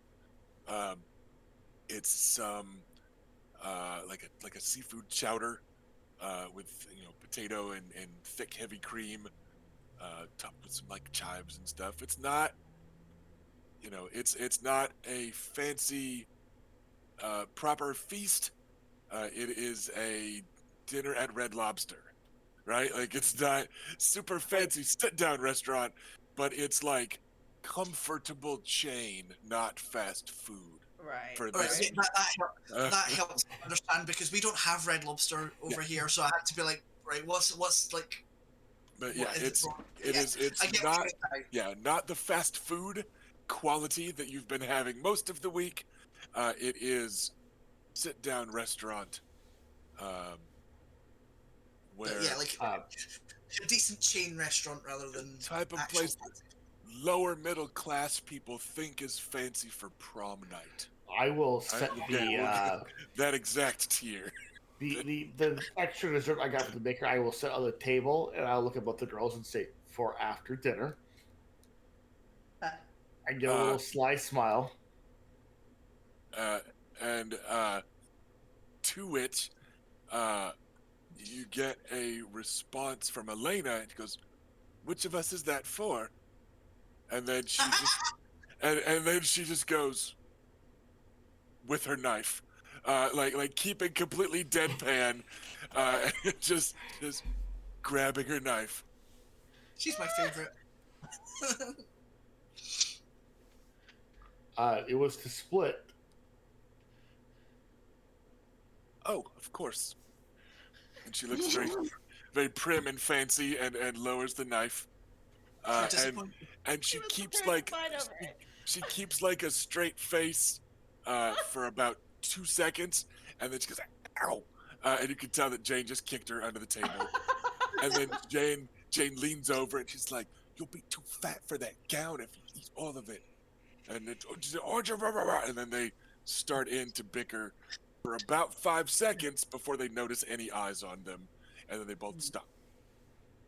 Brandon just looks indulgent because if you don't think that she and Bela tussled over like everything when they were kids, Bela's like, "Yes, when we were kids, quite so long ago." we're both a Like little we competitive. totally didn't get into a fist fight about who had the more handsome Stormlander in King's It's Landing. true. That would never happen. Like we were children then. I Yes. can totally see that happening, and Right. I'm okay with retconning that in. Yeah. And Yeah. I will put it in my fanfic just to make sure. So over dinner, they have been composed for a very long time of late, because it's been all day, every day, in the tent with Jenna and Lady Dorna and their mother, right? Like, and then they were pretty composed during the shopping trip, and like they're trying to stay composed, but they're running low So on gas. So some of the bickering sister stuff is coming out a little bit more. But it's the if it helps, occasional. I'm imagining a scene with a lot of candles, kind of dark, and a lot of wine. Yeah, I'm kind of thinking that too. So yeah, they're bickering a little more, acting like teenage girls a little more. But you also are pretty sure that this is the longest they've been away with their from their mother this week. Like this couple of hours now is the most that they've been, unsupervised directly. Um, so yeah, they're being a little bit more bickery, giggly, gossipy girl than they had been. But Uh, Lady Jane, aside from arguing with your sister, what else is it you're looking for in life? What do you want out of things? What are your goals? uh, Dream big, girl. I suppose marrying someone as kind as he is wealthy. Good answer. Handsome wouldn't be bad. Either young or very old. And she says it with like a, a little hee hee hee. There is a window there. That is not good. But Well, Lady Jane, I don't know if it would be appropriate for us to sit with my grandfather. Oh, what a jolly jeep that would be if we came back to Wyvern's Restaurant. Congratulations! yeah, listen, old Now man. who has to get married, Yeah. old man? Listen, old man. It's Joy Hill, Jane Westerling, or Elena Westerling. Pick one. That would be that would be delicious, but he'd probably chuck me out a window. Um, so yeah, Jane returns kind of an impish smile. And she goes, "Well, with a name like the Blood Royal, I suppose he would have to be wealthy." He is quite that. He is wealthy. I can't believe we're having this conversation, but I'm very entertained. Ah. What do you Uh, girls enjoy doing when you're not being Corral. forced to sit very Trolled. still? Oh, do you like hawking? Oh no. Mother says it's unseemly, and that hawking is for Dornish women and northern girls. But she doesn't listen. I'm just like, I'm like, Fun? I'm like, has Adam brought his hawk with him? That was a thought. I was just like, oh, I should have maybe established that. But We do go for rides sometimes. And those are nice. Elena's getting almost halfway decent at needlework. And Elena's like, "Ooh, I'm better at needlework than you ever were." Gives her that look, because Jane, made it a backhanded compliment. That's about it. Do you enjoy needlework? Does that creating that make you feel accomplished? Elena kind of looks like, "Are you actually asking?" Yeah. Like a little wide-eyed, like, no. It's just that if I do good at it, Mother acknowledges that I did good at it, and just You know what I did sometimes when I was young and I just didn't feel like doing what was in front of me? I'd just run out to the stable, get on my horse, and go riding. It's true. Um, She did. we don't get to. I mean, we do go for rides, but not by ourselves. Especially not just one of us by ourselves. No, she'd tan us.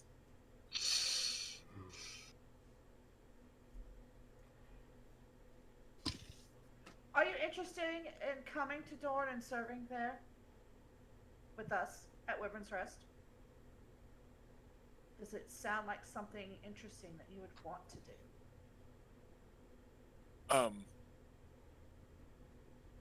It's very hot in Dorne, she says carefully. She goes, but I'm given to understand that you are also not far from the ocean. So This is I correct. believe the climate would still be warmer than we are accustomed to at the crag, but as we are accustomed also to the coast, perhaps the Sea of Dorne is not so different from the Sunset Sea. Also, it's quite. I'm given to understand that the food in Dorne is half poisoned and quite spicy. But our mother was a spicer, and as we have associate blood in our veins, I think that we could acclimate well enough to your dragon peppers. I am given to understand, and you can tell that like this is a list that these girls have made. They stayed up late at night talking. Once they overheard any talk about Davin and Serena and Martin, like you can tell that these girls like sat up and have been making a list. It's like, and like I'm given to understand the customs in Dorne are quite different than they are here in the Westerlands. When one speaks of the obligations to which young ladies must rise, but I also understand that we would potentially have a pair of Nymaryen twins to help us navigate any such differences in an expectation, and I'm certain that the Dornish would be patient with us should we blunder and humiliate our big sister in any way. Also, though, um, and like the list has stopped, and she just kind of leans and goes, Mother is working very hard at finding marriage matches. And then Elena goes, especially for Jane because she's old. And then Jane gives her a look and goes, so I'm not certain that she would let us go.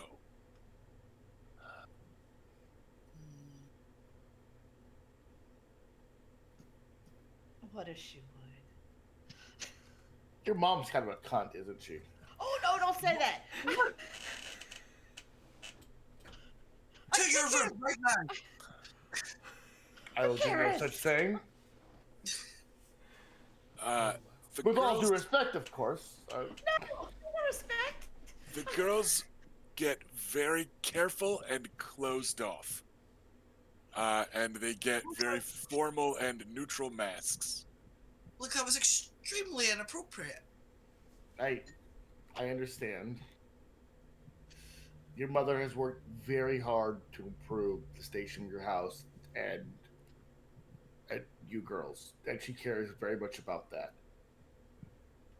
But what I mean to say is, and I said it inelegantly, is those restrictions have had quite the influence is the right word. Quite the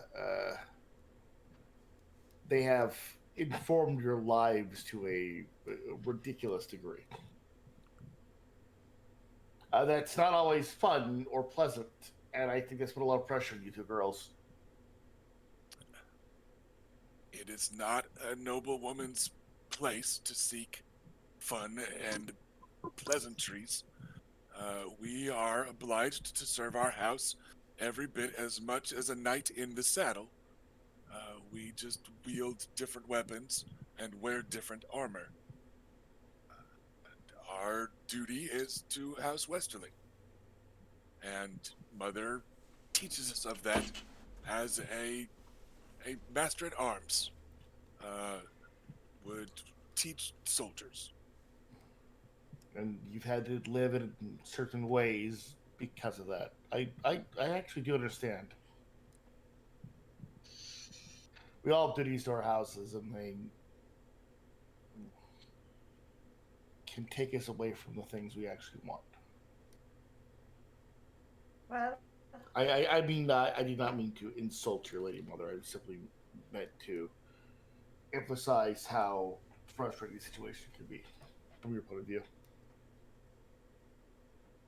And again, Jane is kind of sitting very upright and very stiff.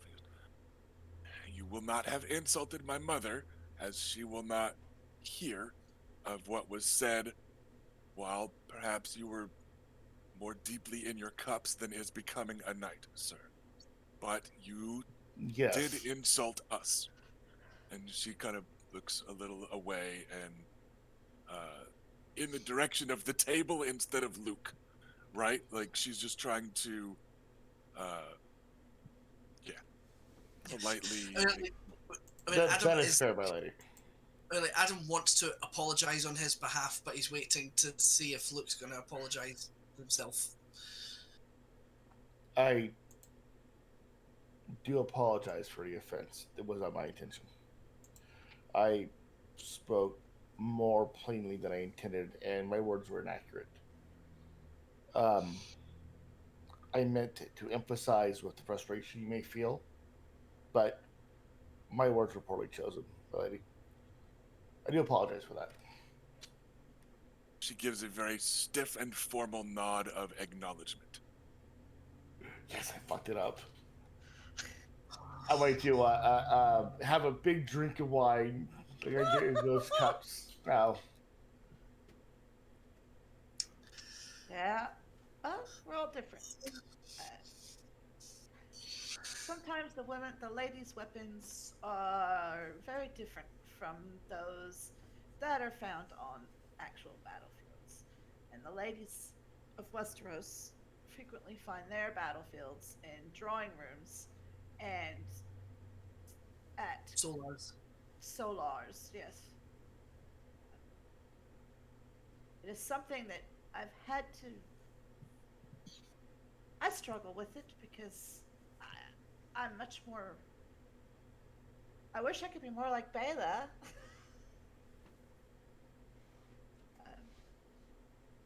Because it does seem. Are you trying to express a desire to be straightforward and I do. And forthright?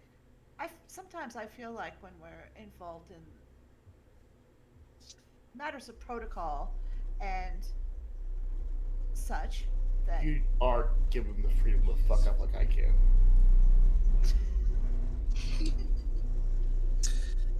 chains of propriety are very heavy I times. I was away from home at a very young age for exactly these reasons, and I think it still bothers me to this day. So I we've had to bear different burdens, but all for the family. Exactly. And these girls are doing the same in their own right, in their own way. For their family. And for whatever families we will someday marry into, Jane says quite properly and carefully. Indeed. Lucky families, no doubt. Hmm. Very lucky. Alright, I will change the subject as subtly as I can, but probably not that subtly. Uh, I want to hear about Martin, and I encourage them to tell me tales of Martin. That boy had quite the blush on him when he approached a few two girls. Yeah. Elena is a little bit blushy about him. You might think it's just because he's a little closer in age. But it's just a bit of gossip. Um, Jane will do most of the talking, as per usual, and she goes, well, to those that can tell him and Willem apart, and to which Elena goes, it was once. Right? It's like, how dare you? You told me you never, yeah, right? And she goes, it was once. We were new to the city. And she goes, but to those that can tell them apart, uh, Willem and Martin still aren't very different from one another. Willem puts on airs a little more since he's older. Uh, some twins are like that. And then Elena goes, some siblings are like that. Even though there's like a 5-year difference for them, but she's like, yeah. She goes, but honestly, both of Sir Kevin's sons are, from what we've seen, quite dashing and gallant young squires. And I'm sure that Lancel over in King's Landing is very much as well, but we see Willem and Martin more. And then Elena's like, and Janae is cute. Janae is their 4-year-old daughter. She goes, Sister, you mean? the 4-year-old daughter of Sir Kevin and Dorna. Oh, Like, okay. Sorry. Right. Not Jane and Sure, Elena's yeah. sister, I but got mixed up. and she goes, oh yes, the Lady Dorna has Janae around on occasion, but she's cute enough, I suppose.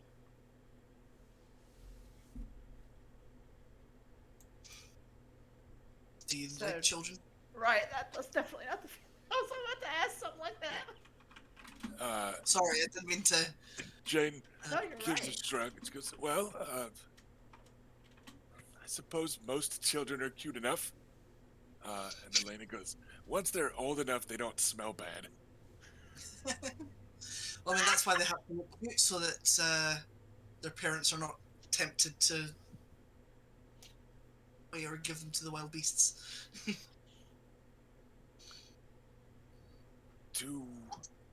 And Elena kind of No. stops for a second. She goes, "Do the Dornish really leave them for the sand?" Oh no. I was merely joking. Absolutely No. It's not. just I heard it before. We haven't told him yet. He's still kind of young. I'm He's almost jesting. He's jesting. It is Oh, not no. a true practice amongst Dornish. No. So I was merely joking about the cuteness offsetting what annoyance they might cause. And then Okay. Elena, emboldened, says, "Also, do the Dornish? I It's all right. You can ask.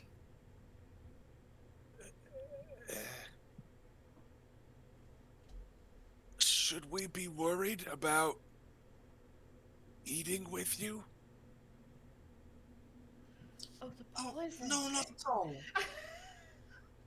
Because I know you didn't prepare it, but if you were cross with us, I'm told what would happen.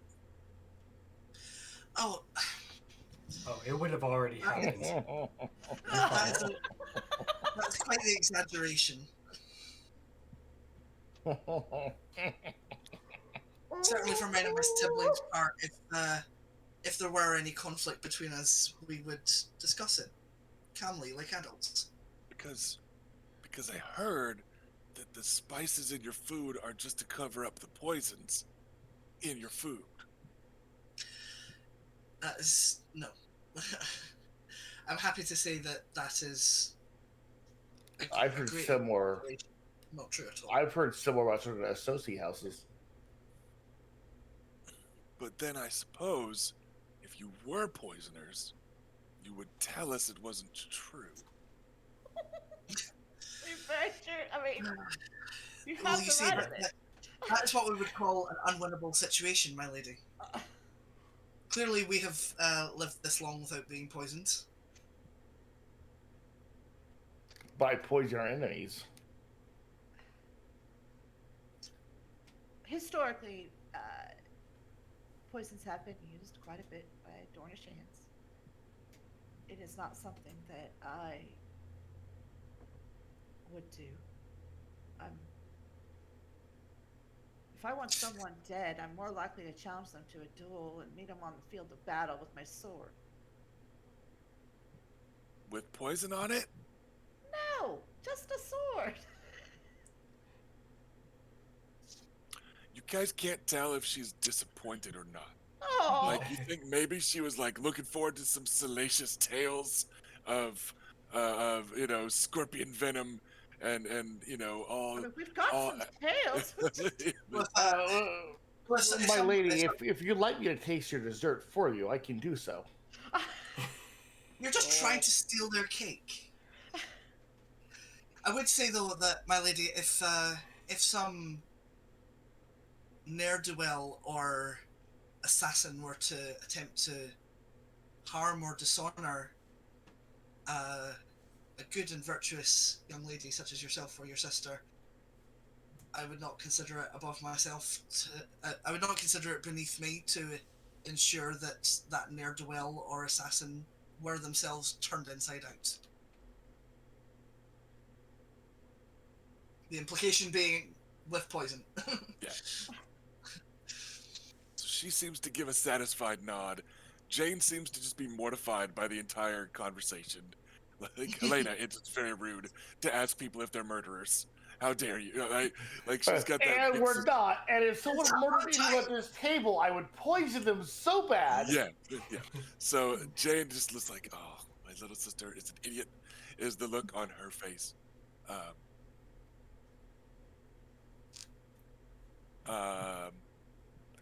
Yeah, the implication is like, yeah, if anyone tried to hurt either of you, I would feed them a poison so virulent that they go mad and die. Lady Jane, between myself and your sister, you seem to be having a rough evening. Is there anything we could do to make it better? Leave Elena here and take me to Dorne. and she sticks her tongue out unabashedly. Well, look the sister over. And then Elena's just like, do it. Mother will be kinder once she's gone. Oh dear. And she's like, no, she won't, because you're such a right. And like they just start in a little bit. I'm sure you two would miss each other terribly within a week. And Elena says, yes, until you taught me to shoot better.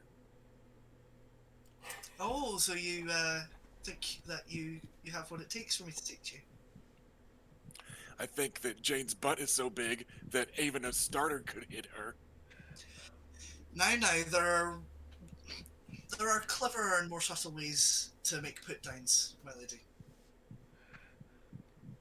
I can I'm teach you gonna those look. too.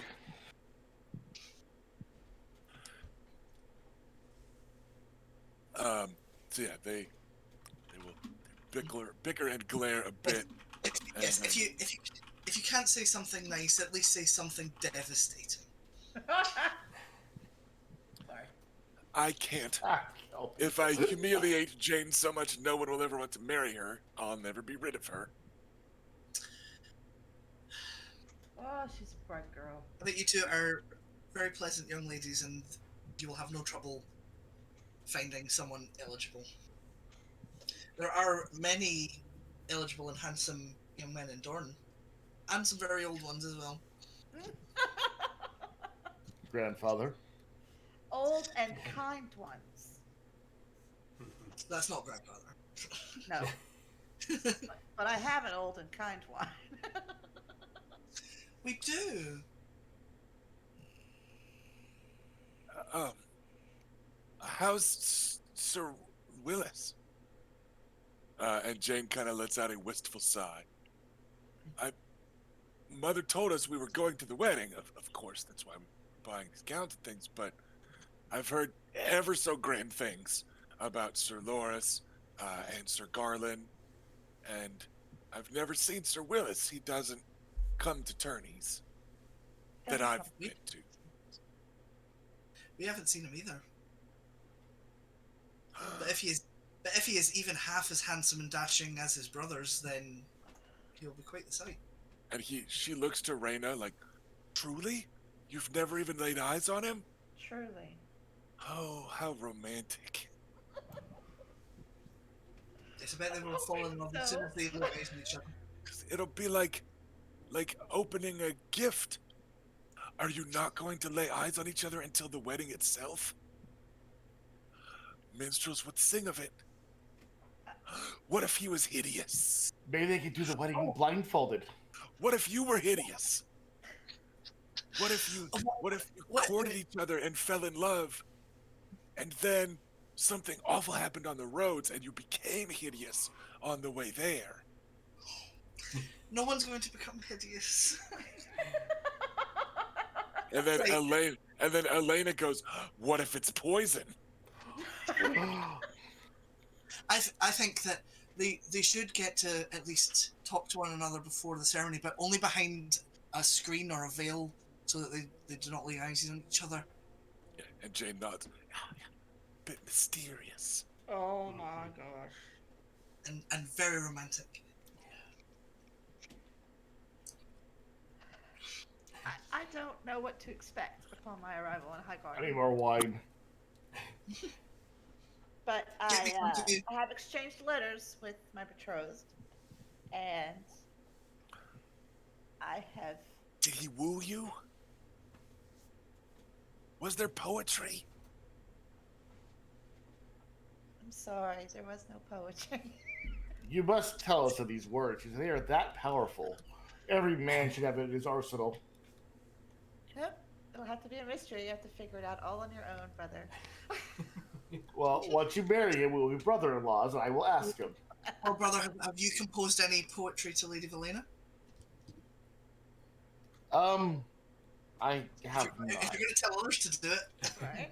I didn't specifically say poetry. I'm simply wondering what these magical words were that were so powerful. I'm the heir to Highgarden. But it is dollar signs. Those are quite powerful Synchronistic words. dollar signs. I would certainly be swayed by those. It was charm and earnestness that did it. However, it doesn't hurt that I think that that entire family, the odds of him being ridiculously handsome are very high, and and I did speak to some of the ladies in uh, who were present at Woodward's Rest for the tourney on the hunt and Uh, during.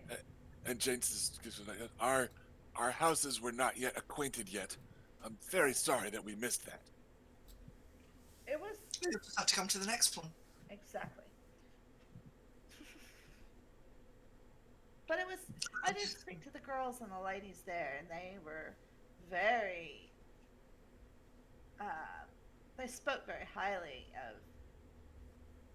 of Sir Willis or Lord Willis, Yeah, and he's technically not a sir. She just kind of called him that from reflex. but Lord Willis and were very complimentary. So I don't Uh, have any worries on that part. And then Jane turns to Bela. She goes, "What about Sir Balin? Did he woo you?" And then Elena's like, "Were there poems?" It was very romantic. I Something. have to tell you. Oh Lord, I would have loved this. He sung a very pretty song as we were killing people in a cave filled with dead bodies. We were up to our knees in the blood of our enemies, and we had just finished striking the final blow on the butcher when he turns around, gets on one knee, and proposes to me right there in all of the remains of the battle in that cave. It was quite ridiculous. He was caught up in his emotions. It was romantic. It may But not there be was an as honesty in romantic those when you emotions. know. There was an honesty there. Both of the girls look like repulsed, but they're like, "But I suppose Stormlanders are a different breed. I suppose that's kind of like being the champion at a tourney, Yeah. or winning a melee. Kind of." Here, let me put Quite. it this way. He was so moved that rather than wait to talk to his father to send a raven to my grandfather to ask me for my hand, he had to do it right there in the moment, in that cave, at the very moment we had finished the battle. And I was holding a deadly weapon next to him, so he was a brave man. Yes, he said he'd never seen a woman fight so fiercely and bravely. He was just breathless with adoration. I suppose that's romantic in a Stormland and Dorn sort of way. Blood There runs are Dorish hotter. poets. We don't need Yeah. to downplay that. There are plenty of poets, but we just don't. It's not us. I confess I do possess quite a few slim volumes of verse. I've not yet had the occasion to use them, though. Well, perhaps you've heard of the song that was written about me and my success in the tournament. Wow, is that King? Oh no, never mind. That one might be a bit risque for their young ears. Oh, Possible. right. But isn't there also one about your victory over the Vulture King? I suppose there is. It doesn't really reach the Westerlands. There weren't any Westerlanders there, so like, yeah, whatever, we don't care. Like, But good she job. mostly said an attempt through the whole thing. She's like, good job, you fought some bandits, right? Like the Westerlanders are like, yeah, whatever. That's good. No, we haven't heard that one. Um, Oh, you will if you spend much time around us. and then Jacob, do you truly think that Mother would let us? I Well, feel it's like just it's a a song. possibility. Oh, sorry, go ahead. No. I meant spend much time, like Oh, going with you after the wedding and all. I feel like there is a chance. Yes. Yes, girls. Certainly, since your mother's chief concern seems to be finding good matches for you, and I think if we can convince her that there are some good matches to be had in Dorne, she may be amenable. Yeah, and out of character, you could tell like she does want Jane to get married off. Right. You know, Elena is more of a she would like to find a betrothal for Elena. Elena's old enough to be married, like legally. She has had her first blood, or whatever Yes. weird term Westeros uses for that. Like that's why she's stuck sitting with the other ladies all day, is because she is a woman now, so she doesn't get to run errands anymore. Um, she has to sit there with the other ladies all day. oh god, Um, this just grosser and grosser every time I right, hear it.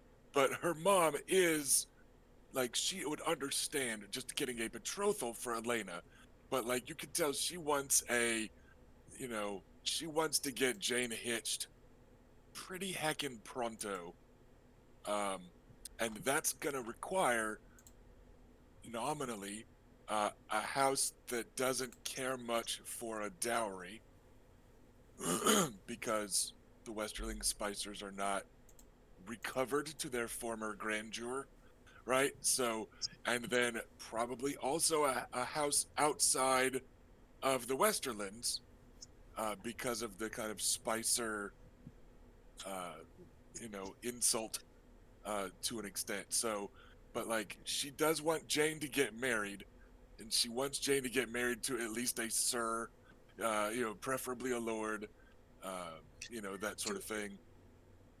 Could potentially introduce them to Sir Adam or Sir Garrus. Hmm. I that I that's my bad. I didn't mean to like derail us. It was just a reminder of her mom's her overwhelming thing is like you're pretty sure if you could marry Jane off to someone good, she would like toss in Elena for free, like sure whatever, right? She's just like just give her that, give her the ability to say that she has gotten Jane married off well, and that like that's what she would want, to then Or potentially be rid of both of them, which sounds harsher than that she's trying to get Oh. rid of, but you know what I mean. or if Sir Lyle or Sir Merlin take up your offer, they come into play. potentially, but not yet. Uh, I mean, I don't want to have this discussion when they're here, but privately, I had been thinking about marrying her to Sir Adam. He is old, he is kind, he isn't looking for a wife in He's looking for someone to look after the place once he's gone, basically. right.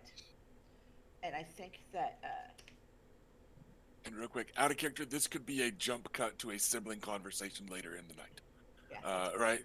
As she's all hopeful, do you think Mother would really let us go?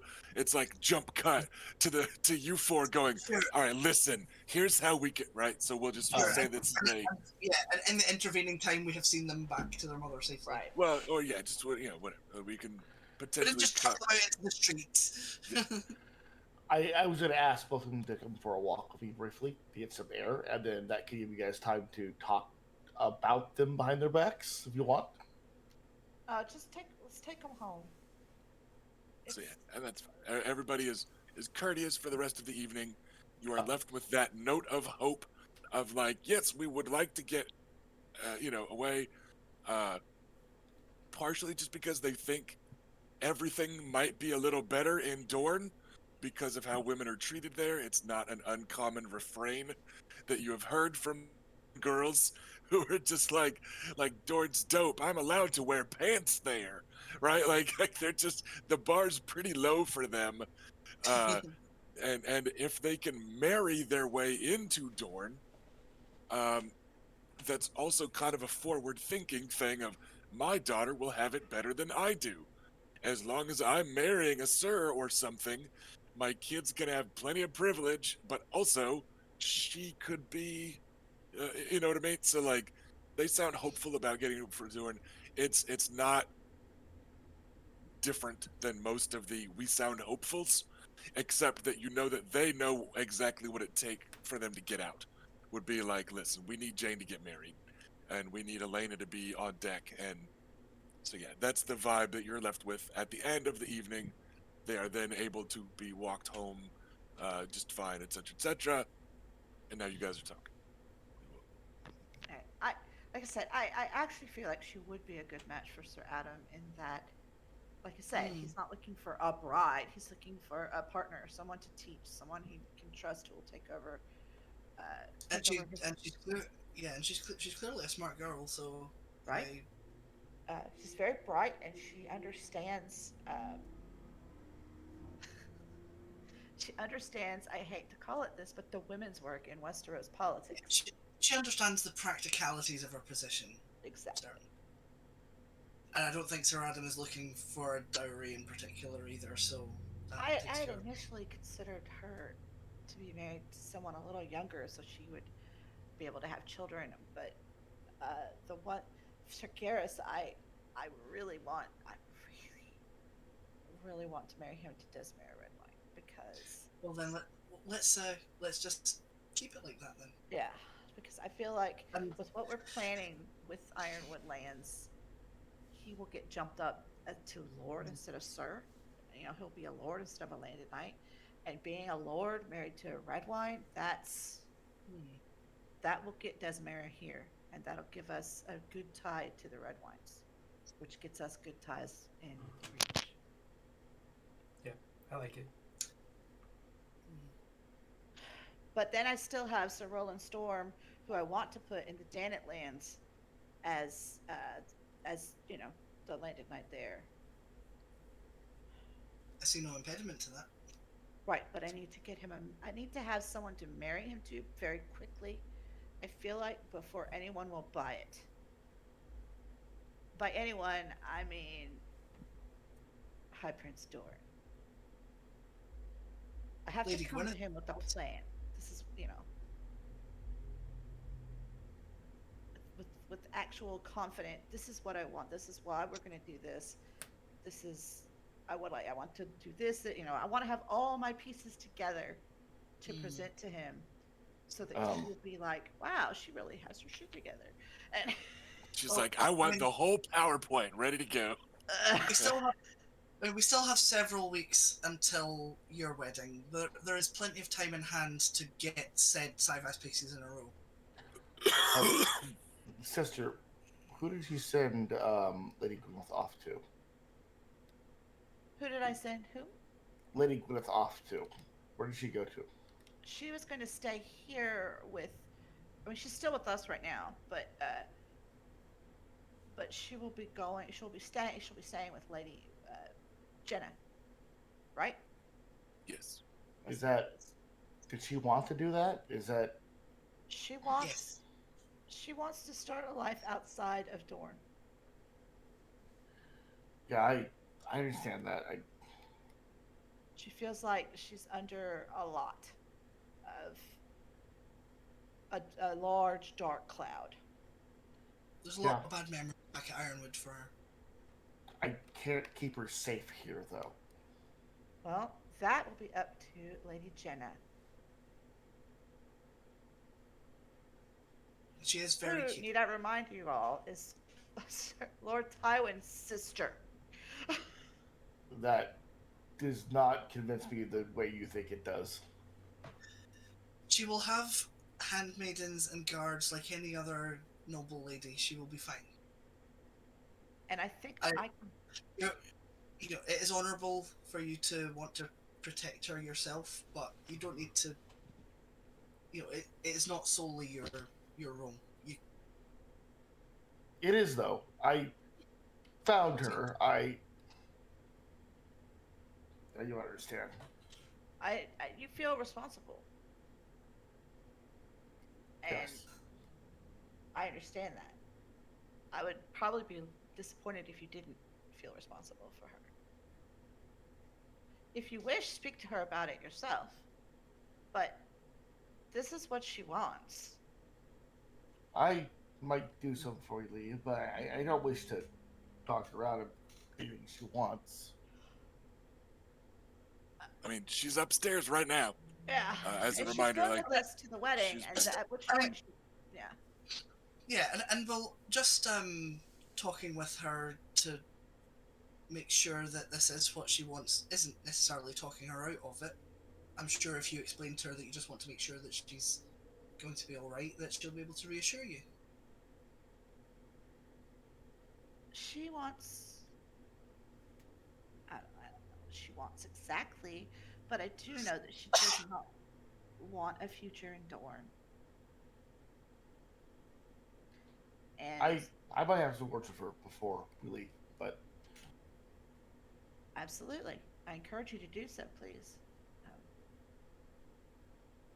she is. She has a lot of wisdom for a very young girl, but she's been through a lot, and yeah. she knows what her lot is, and how I think she's right. I mean, I support her decision, and I want to make it happen. And I think I can trust Lady Jenna to arrange something appropriate for her.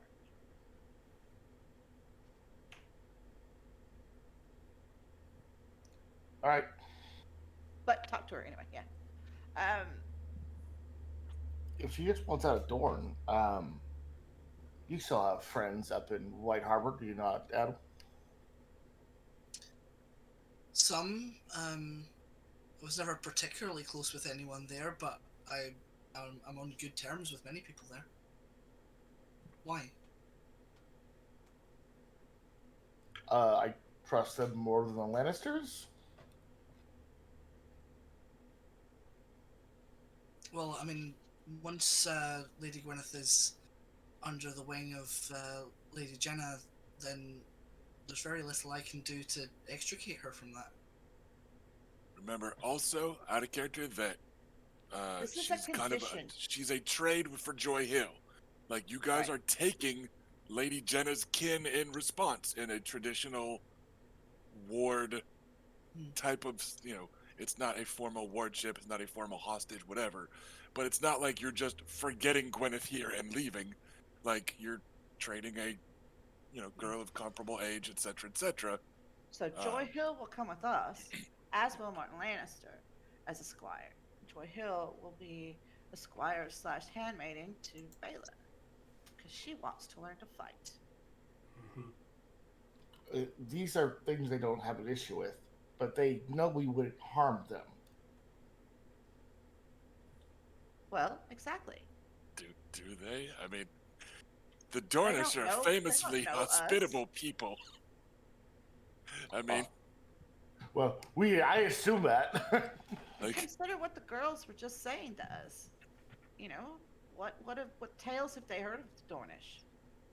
They're trusting us quite a bit to be willing to put these young people in our care.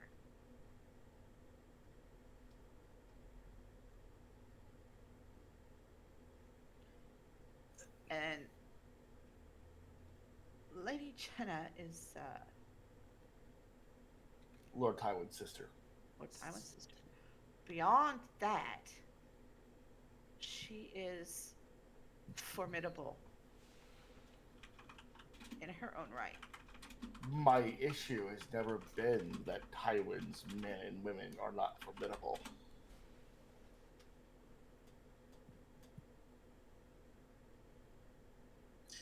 So, brother, I think it might be helpful if you are forthright with us about what it is that's bothering you, rather than talking around. I don't trust them with a young girl.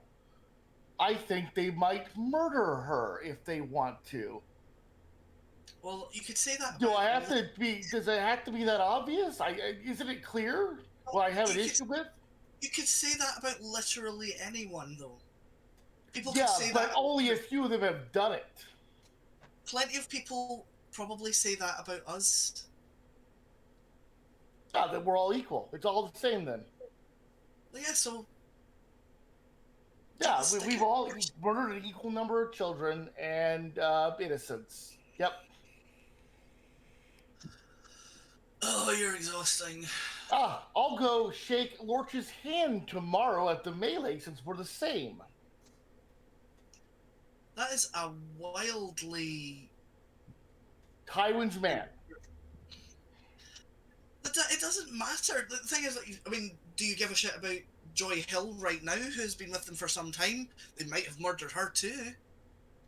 I kind of do a little bit. I kind of do a little bit concerned about her, yes. You are making so many judgments based on a what if. What if? Yes. Yes, I am out of line, assuming that they might do the thing they've done in the past. I'm going to go to bed, and I will fight in melee tomorrow against equally honorable knights such as Ser Gregor and Ser Armory Lorch. Brother, Good night, brother.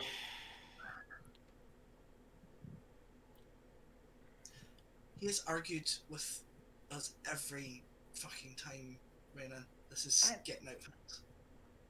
Well,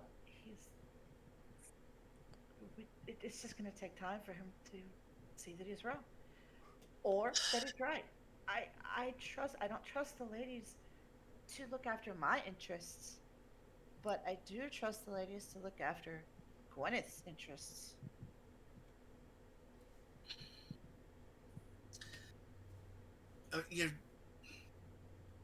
I'm already on your side.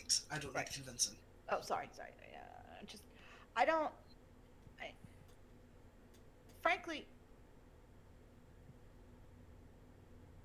I'm sorry that he's upset, and I'm sorry that he disagrees with us so strongly on this. But I think I've run out of. ultimately, I think I've run out of reassurances for him. there are none. It's just going to take. He'll just have to be proven. Well, we just have to. Though, I rather think we need to take some steps that he doesn't make further blunders. That could have gone a lot worse earlier. Oh. Could have gone away others, but I mean, I don't. You know, my concern is that he may start saying more incendiary things in front Correct. of But people I who also matter think more. that now that the girls have been like right in front of him and that he knows it hurt them, he will mind himself better. Because Right, if you, ultimately he does care. If you think that matter resolved, I trust you. I'm about 50-50. I suppose that's better odds than we've had before. Yes.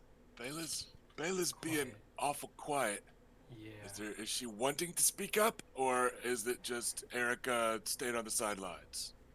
It's a little bit of both. I think Bayla is a little bit in between on this issue, and she doesn't know how to express. Well, maybe Moderation. maybe it's Erica not even knowing how to sort of come down a reasonable way to present an objection without I don't even know. Okay, you are on the sidelines on purpose. It's not been a matter of discord timing or whatnot. Yeah. In this case, it's not because I haven't been able to get a word in. A little bit because Bale didn't expect the blow up either at dinner or afterwards. Well, maybe Yeah, a little bit more afterwards. same here. All right, just wanted to make sure that Erica wasn't being muscled out on accident. Yeah, by these blabbermouths. Blabber. So Anyway, I think our brother has reason to be uneasy of trusting Lannisters. And I think there is good reason for that. I don't think his outlandish expression of that helps explain his position well. And I'm not sure what we would need to say to reassure him. But perhaps there's some way to demonstrate that this particular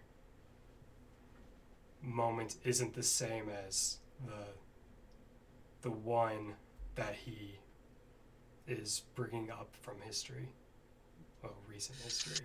Yes, and not least of all that he's equating people like Amory Lorch with people like Tywin Lannister, who are vastly different in levels of intellect and skill at the game, so to speak. Tywin Lannister, like not unlike Lord Stannis, does nothing without weighing up every eventuality and making sure that everything is as he wants it, and doesn't just he's equating someone who is mindlessly cruel with someone who certainly can be cruel but is not mindless.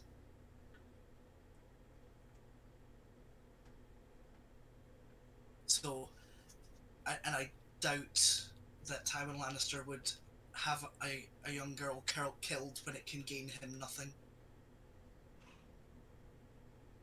That's my thought. Or you could just tell him that if they try anything, you'll stab them, and that might help.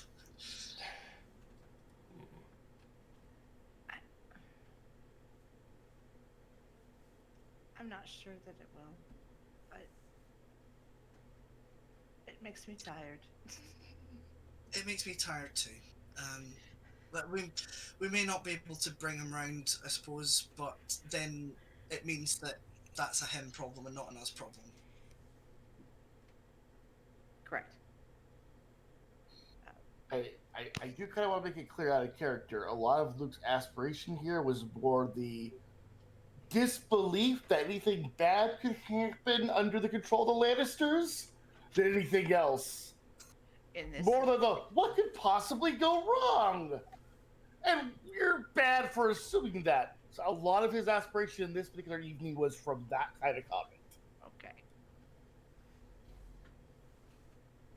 I don't think any of us made a comment like that though. Okay, I- but You made Okay. almost Okay, virtually that comment. Luke is not there to be saying this. Let's not turn this into a hypothetical argument. Yeah, Yeah, gotcha. my impression was very much we were like, yeah, we can't trust them fully, but we can't really trust anyone fully. So Hey, might well serve our needs. I think you should watch how you talk to Luke in this instance, because that is not what your response was. Guys, let's not turn an imaginary argument into a real argument with drive-by stuff, okay? Alright. Is there further role-playing to be done this evening? Luke has taken off. Have the other three said their pieces? Or is there more chatter they want to be chattering? Or any different Okay. gossiping they want to get up to, or whatever. You're allowed to talk about other things. I don't have anything in particular right now, but like if anyone, like Adam won't just like get up and leave unless things are winding down.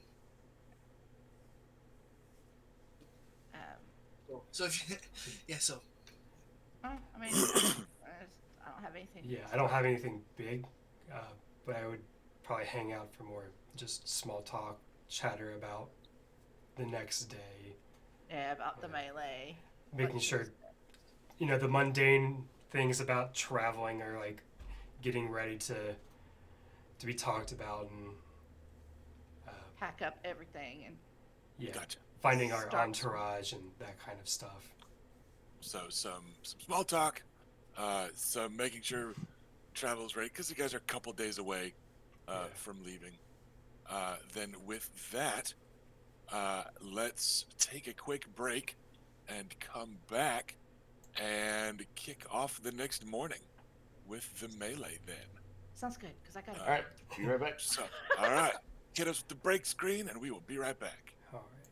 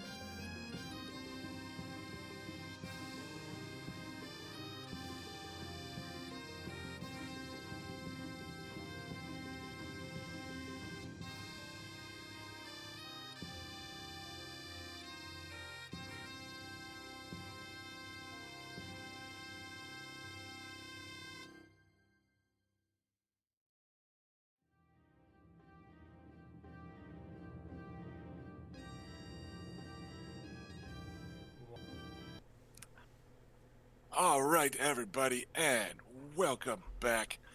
I am done petting Bodhi on my break, and I'm now petting Bodhi off my break because she has wedged herself under my desk and refuses to leave. But we are back with more Sea of Spears. We had an emotionally complex evening last night that ended on a variety of different notes, depending upon at what time you left the conversation. But we are back with the final official day of the tourney, which is the melee. And then at the feast tonight, they will announce the victor of the joust, which partially depends on how well one performs in the melee, which makes the melee of import. Did I get your message? Where am I looking That's for a a message, Ash? In Discord? Discord. So I guess that's a no. No. Um, no. Sorry, I assumed that you did because I sent it during the break. Yeah, no, sorry, I was AFK, getting water and all that good stuff. Um, Bodhi. no. And then you were busy petting Bodhi. Yes, which is important. And if I'll ignore my wife to pet my dog, you know, Which you will. Okay, well, anyway, I've sent you a message that's potentially. yeah, I Like- see it. I do not have a plan for that right now. No. I don't know off the top of my head. So I am super confused then. okay, well, me too, but we're back in live, so we'll just keep on rolling. So, um, melee time. We've got. Okay, Ash, I No. don't know off the top of my head, and I'm not. We're not gonna figure it out right now. So, let's get to the melee. We have a pair of Nymaryens that are signed up for the melee still. One of whom is still largely in the running as an undefeated joust finalist. The other undefeated jouster is Sir Davin Lannister. There are still a handful of jousters that only lost once. Um, but first place is going to go to one of those two, Sir Davin or Lady Bela. In large part, it's going to come down to basing on this. So there's the intricacies of joust records. There's the hand wavium of the judges and how well they think certain people jousted. Because yes, as per usual, it is an imperfect sport. Right? We don't have like impartial Olympic committees or something. We have that jouster's uncle, right? Like it's just part of how Westeros works. But we've got some stuff potentially riding on this. So there is not only the prize for the kind of finals of the melee, like because there's going to be a winner and a separate prize, but also potentially today the winner of the joust is also riding on it. So there is some coin on it. Also, you are by tradition ransoming back someone's armor in the melee as well. So there's those coin riding on it. So there's a pretty hefty turnout for the melee. There are a handful of knights and lords that are just like, nah, like I'll joust once or twice, but wading into a melee is a younger man's game. Right? So some of them are just like, that shit's not fun anymore. I'm the wrong side of 30 for that. I'm an old man, right? And they're just not going to jump into a melee. But you do also have at least one melee combatant, Alisane Mormont, the young she-bear, that was not enrolled in the joust and that is enrolled in the melee. So, this is one of those free-for-alls, which is to say everyone's going to start kind of loosely in a ring around this tourney area. So nobody's got their their back to anyone else, right? No one's like, oh, I start in the middle, right? Like it's everyone's kind of got their back to the edge of the tourney field, and we have dozens of knights and lords.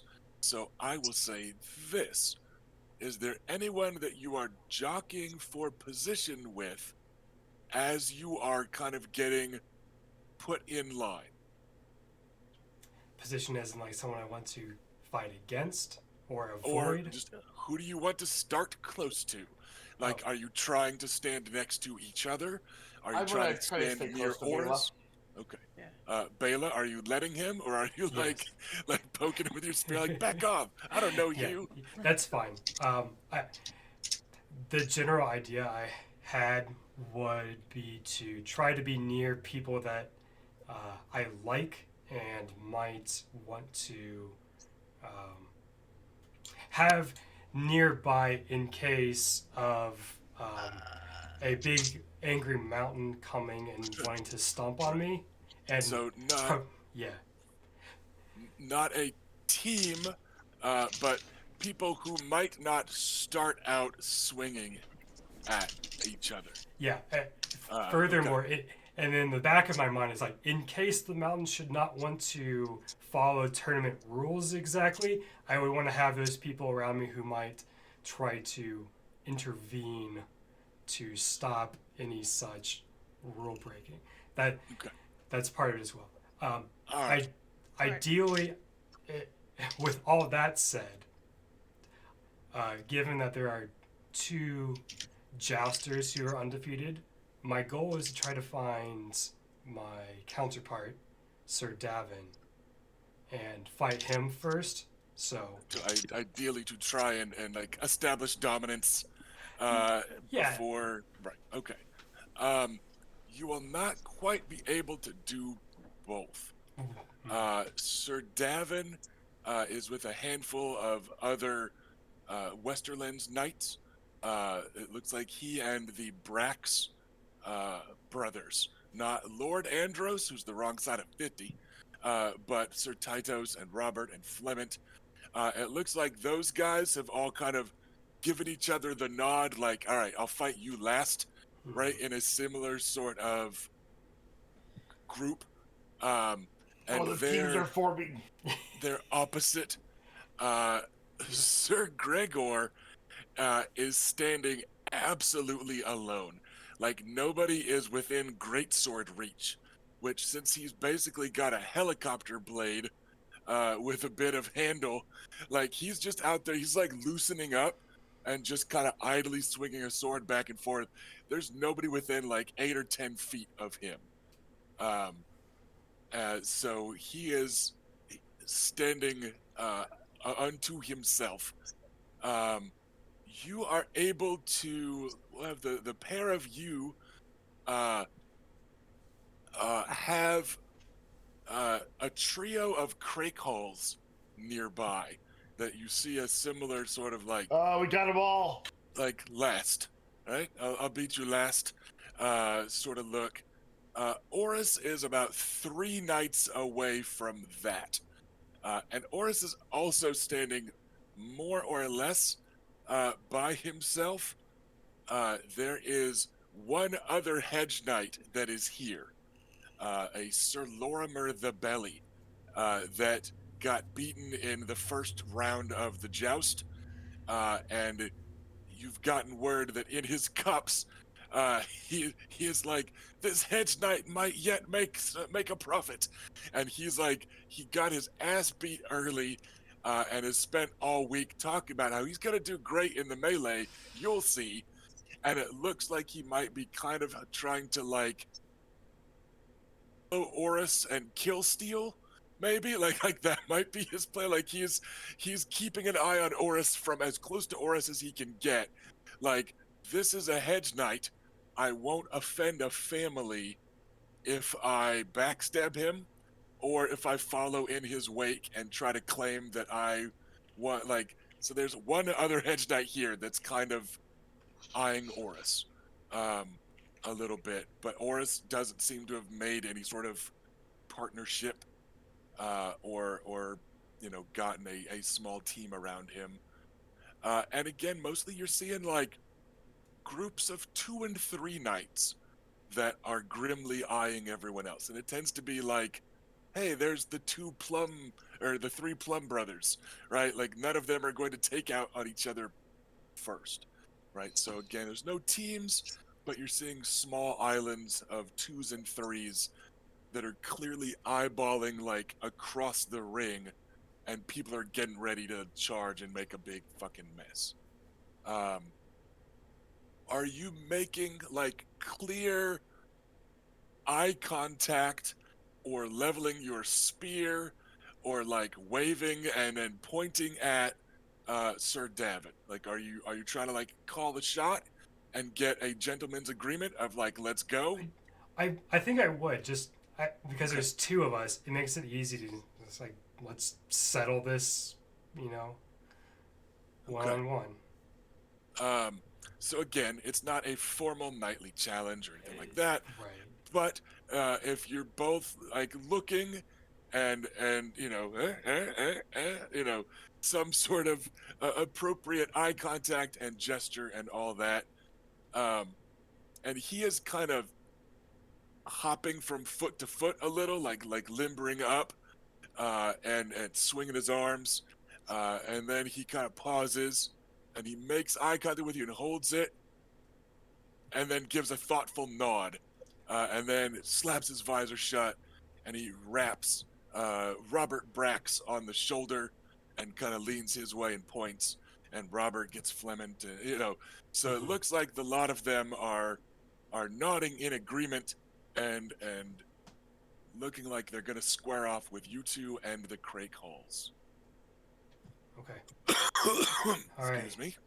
All right, brother. Looks like I'm gonna take on Sir Davin, and you're gonna get a Brax brother.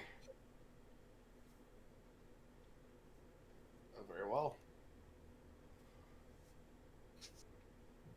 Okay.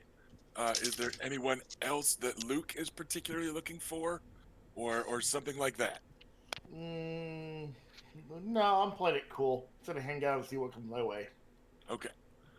Just seeing if you're trying to also kind of call a shot, or anything like that. Excuse me. With that, then, let's get some initiative rolled. So remember that is agility plus if you've got, is it called quickness or speed? There's an agility specialty. Quickness. Is it quickness? There we go. So let's get that rolled. Don't forget your armor check penalty. Knights tend to only be fast in relation to one another because of that. And We let's. I don't. Would we get a better view from someone like from a platform somewhere, or up against the fence? Probably being as close as possible is the way to go, unless you are Kevin Lannister or Joffrey Lannister or someone else that's up on the high kind of dais. It's hard to get a good view other Who was than it that was being chastising the mountain after his shitty behavior? Was it Kevin? Yeah, that was Sir Kevin Lannister. Yes, he was the one that like apologized on his behalf and that sort of thing, and was cross with him. And he is up on the like noble viewing pavilion thing. All right, that's Lady Dorna's husband. Okay. Correct. And the father of young Martin, the squire. That's all same guy, Sir Kevin Lannister. So let's do it. Let's roll initiative. With re-rolling my 1 for my new ability and my bonuses and my penalties, I have a total of 18. Which is pretty good. Yeah, it is. What? I re-rolled a 1 to a 5. How many dice do you keep for agility? Only 3. But I get to add my fighting ranks to it. Subtracted my armor penalty. Oh, okay. I have 7, which I thought was relatively okay until I heard a number that sounded. My initiative's a little broken. Is the Yeah, problem? okay. It's not that you rolled bad. I rolled average, and my armor is not the heaviest, and it's Castle Forge, Yes. so. But yeah, it adds up. So we got that. We got that. Unsurprisingly, yes, you are up first, Luke. Okay, the guy I was wanted out to fight for my sister. Who was it? One of the Brax brothers. There are 3 of them: Sir Titos, the heir; Sir Robert, who is second; and Sir Flement, who is the third born. You guys Okay. actually rode down with them part of the way. Yeah, They're the we like that. unicorns, sigil guys. Like they're kind of default decent Westerland knights.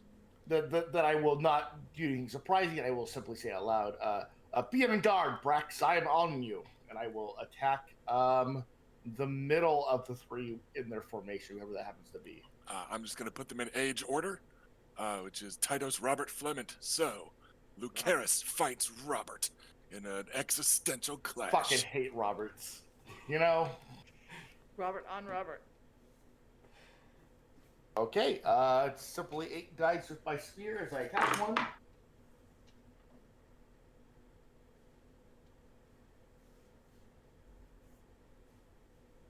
That is going to be a total of 23 to attack. Okay, that is a palpable hit. My base damage is 5 this spear. All right, so that will be 20 points hitting him. He's got armor of, we're gonna go with Brigandines. 12 points will get through. 1 second as I get back to mathing, because he is going to take some injuries. Here's where the real For math this one. begins. Traditionally for melees, we've said when you take a wound, you are out. We're gonna fight this like it's a real fight. Okay. Injuries and wounds are allowed. There is no And- shame in bowing out earlier. Injuries are the minus the total, wounds is the minus kept dice, right? Yes, And then injury you is take minus as 1 many of per. both as equal to your endurance, I believe. When you take a number of wounds equal to your endurance, you are dead. Injuries you can take up to, but yes, if you, yeah. So, all right. So he is taking that many points of damage. He will need to awkwardly take that.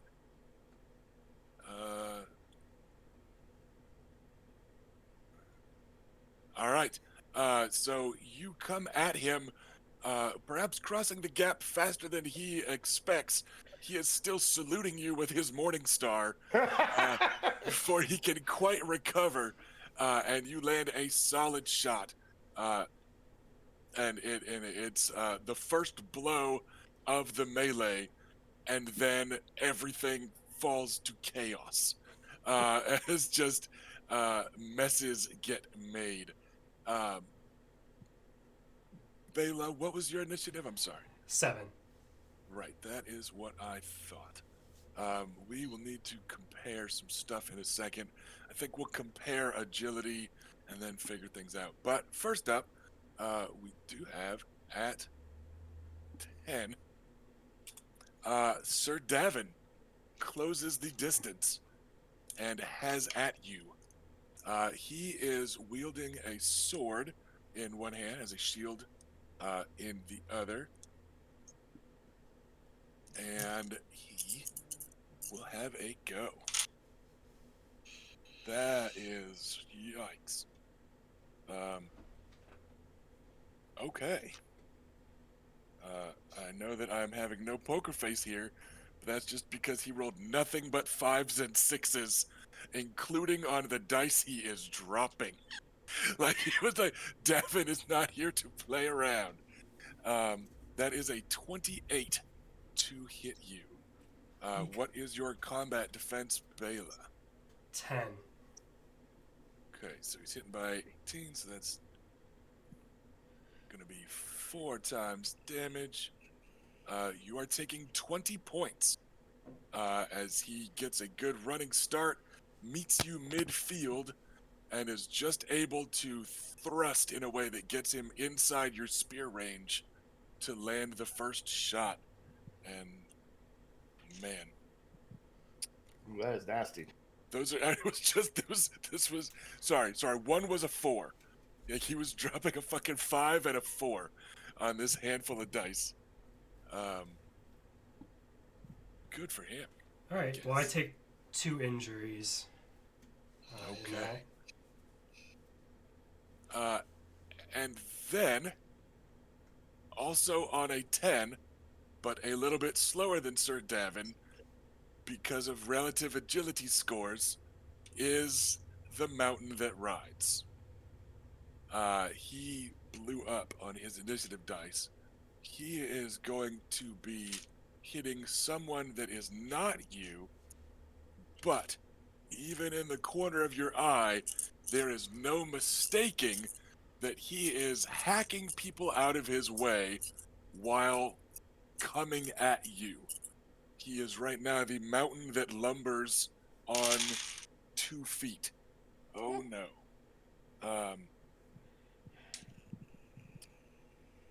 That is enough of a hit that Brotini just takes a wound. Let's go with Sir Peter Plum. Looking for somebody random.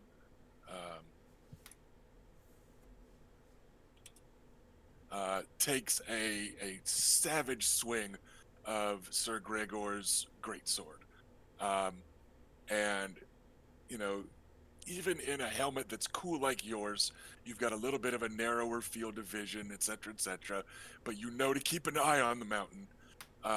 And you're able to see that Sir Peter Plum, who is not a small man, has his shield up and has his sword up to parry and block, and he is braced against it, and the mountain just batters him aside like a bowling pin, basically. Just a casual swing of his sword, and Sir Peter Plum is battered a few feet away and is getting back to his feet. That was also 10.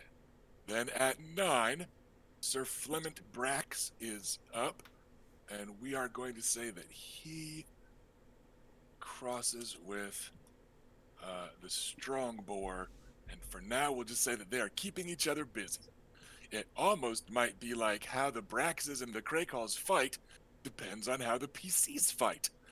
So you guys see the Kraykalls and the Braxes squaring off as boars and unicorns charge each other, which they both like. They love that charging. They got horns and stuff.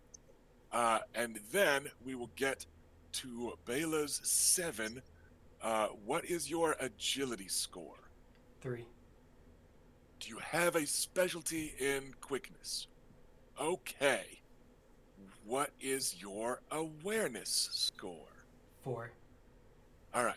We will say that is next in the tiebreaker. So you are up first as the Braxes and Kraykalls are clashing midfield.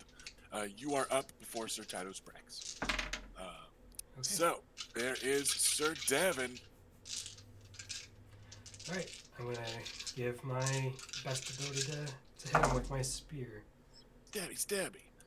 And again, for those that have missed prior melees, we are pretending that all these weapons have been blunted appropriately or are wrapped in rags or padding appropriately, that despite everybody rolling like normal, they are able to be pulling their blows enough that these damages are not their usual lethal self. But we are still letting people with Valyrian weapons use those Valyrian weapons, like mechanically, just to keep from having to reconfigure stuff and take away somebody's favorite toy and stuff like that. So for those watching from home, she is using her Valyrian steel spear, but she is, I'm assuming, pulling the blow enough to not be like out to kill Sir Davin with said Valyrian steel spear. That's right. All right. So what is our total? 21. Nice. That is a palpable hit. What is your base damage? 7. And I have Pierce All right. 1. Right, so that's going to drop it by 1, leaving him that many points to take. He has that much health. All right, it is a solid shot, and he grunts and staggers back a half step under your counter blow, as he is still overextended from his vicious sword swing. You are able to get in a good shot, and you are both backpedaling for a moment and kind of rolling, checking for some injuries there. So there is that, and now Sir Robert Brax and Sir Titus Brax are both also up at 7. Robert is going to attack Lucaris. Oh no. We got that plus that. And holy fuck. All right, so you guys remember how Davin rolled nothing but 5s and 6s with one leftover 4? Mm-hmm. Yeah, I'm gonna cheat, and we are gonna let Robert Brax keep all of his dice. He's gonna drop nothing for bonus dice. He got a 9. Just kidding, he has injuries. He is Whoa. keeping all his dice and has a 7 total on 66. My combat Uh, defense is 12. Yes. So, holy fuck, that handful of dice has made up for that handful of dice. He goes to attack you, and you hear a metallic shriek as you've buckled in the edge of the breastplate of his armor enough that he gets caught halfway through attacking you. It like wrenches itself, and his shoulder is stuck for a moment, as your initial attack was just enough to clearly do fucking something to throw him off. But his brother Titus is there and is also going to attack you. Okay. All right. That is more becoming of a knight in Westeros. And you said your combat defense was a 12? 12. All right. All right, that will be... That's 15 points of damage. As he lands a vicious overhand shot with a battle axe that is just bashing at you inside your armor. Okay, I think I will absorb the 9 with my armor, and I will add the remaining 6 just to my tracks. I don't see any reason not to. Okay. All right, so just taking damage, no injuries, or... Yeah, I think tactically the best thing to do is just let him fill the track a little bit at the moment. So Okay. And then with this contained fight, you are up first at the top of round 2. the brother who hit me, I'm going to attack him back while keeping an eye on the mountain moving this direction. Yep, he is. He is definitely still moving. So this is Sir Titus Brax, the heir. I'm gonna pair this with the aim action, give it an extra bonus dice. All right. Which is, I think, a valid thing we can do. And then I am attacking my spear. Not the world's best roll, but 25 altogether. Not bad. And your base damage? 5. And what is Baylor's base damage again? Let me just write it down so I got 7. it. 7? Right, got it. Turns out I remembered. Okay, so he is facing that much damage. His his armor. We'll drop it to that. All right. It is a solid shot. You're able to use the reach that the spear gives you. Just put a little extra power into it as you let your armor absorb the blow from his axe. You backpedal a little away, and then retaliate. And he is looking got hit pretty good. He is suffering a bit of injury from it, one might say. At 10, let's go with Sir Davin again. Takes another attack, advancing with a flurry of slashes at Bela. He'll be grieved. It's good to know he's not rolling D5 6s this time. It's just regular D6s that have a variety of numbers on them. Not all good ones. Just fives and sixes. Yes.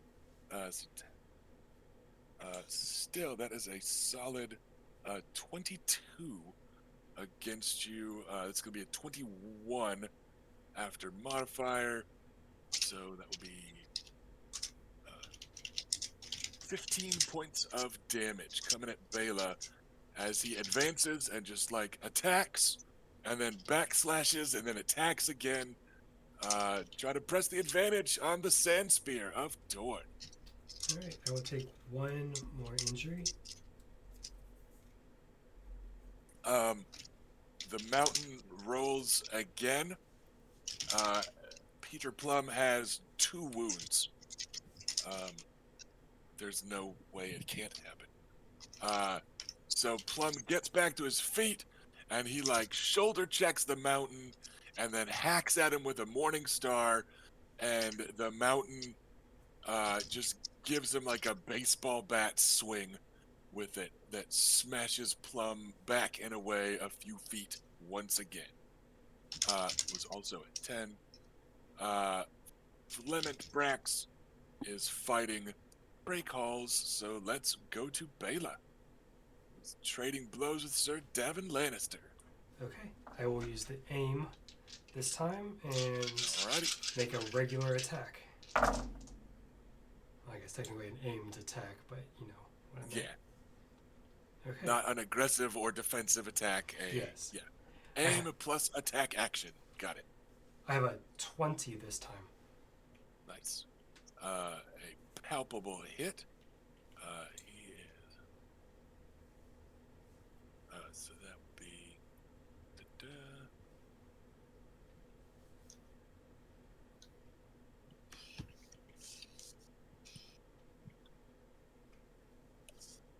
Okay. He is actually going to take a wound from that and just ignore all of it. So that one gets through. The tip comes away a little bloody. It's not a deep penetrating stab because you're not actually out to kill. It's a raking cut that still just finds a gap in his armor, and he winces in pain, and looks on with grim resolve. All right, then we've got Titos and Robert fighting against Luke. Let's go with Robert, see if he can roll better than a 2. He's done so. Don't. Rolling like a big boy, getting numbers on his dice. A 19 will get 2 degrees of success. 10 points of damage coming at Luke. One will get through. I will let it go through. All right.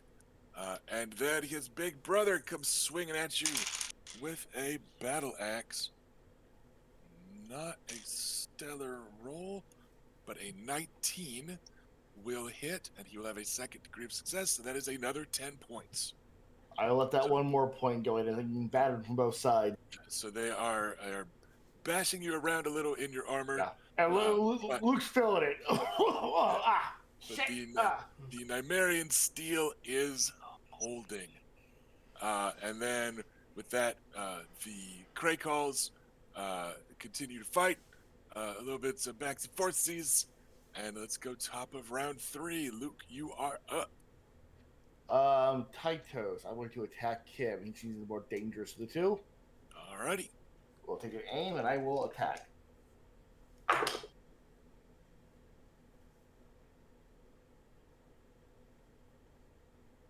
All right, I have a 27 altogether.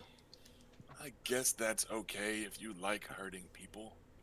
I mean, I don't like hurting these people. I mean, and yet here we are. And yet here we are. So that is going to be a wound on him. Yeah, that is a very solid shot. So yeah, you're able to get in a quick flurry combo with your spear that sends him reeling backwards and lands a good hit with the butt end of your spear that batters his helmet off and buys you some space. And then Sir Davin will rush and get in some attacks on Bela.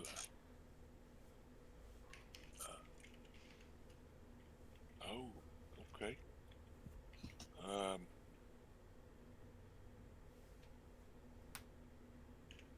Then dropping that for the wound. That is a 22 from another solid handful of dice. That is going to be another 15 points.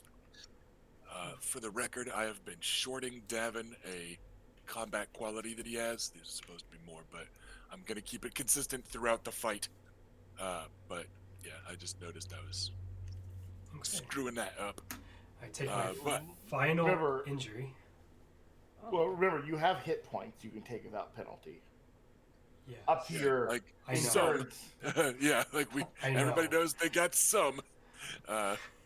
You didn't want us to use these rolls. I just wanted to. Yeah. I'm at 10 of 12 on that track too. So. Okay. Fair.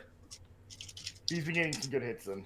It's like if an injury will soak up 4 damage, it hasn't made sense to always use the injuries for the full amount. Yeah, I got you. All right. In your peripheral vision, both of the Nymaryen skirmishers see Sir Peter Plum just get battered aside and down. And you hear the mountain just rumble out the way. And a third big, ugly hack of his big, ugly greatsword smashes Peter Plum to the ground with his third and final wound. Holy shnikes. Then we go to let's go to Bela. Slugging away at Sir Davin. Okay. Yep. Aim and attack. All right.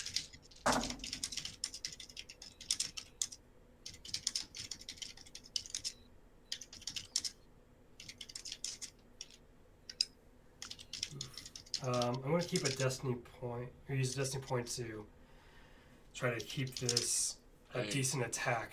A destiny point just granted to you by the generous The Ronin 7, some stranger with no emotional attachment to our show.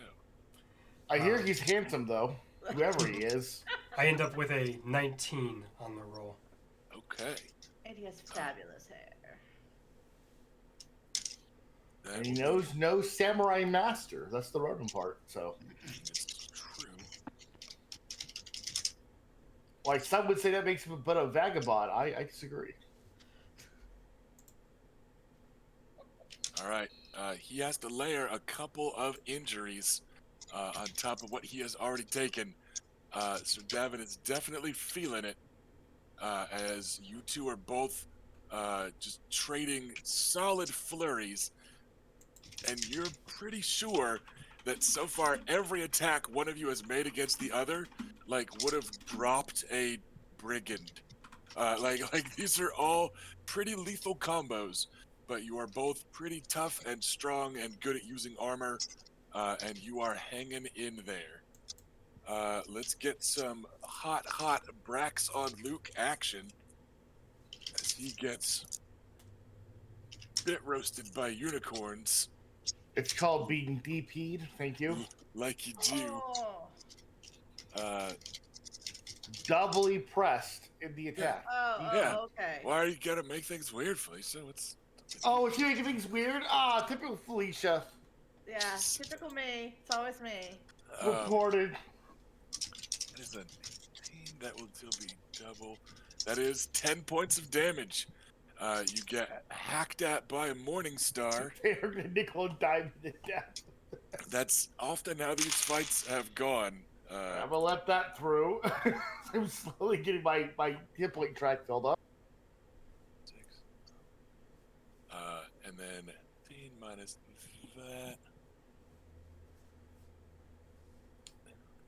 That will just hit for base, so 5 points.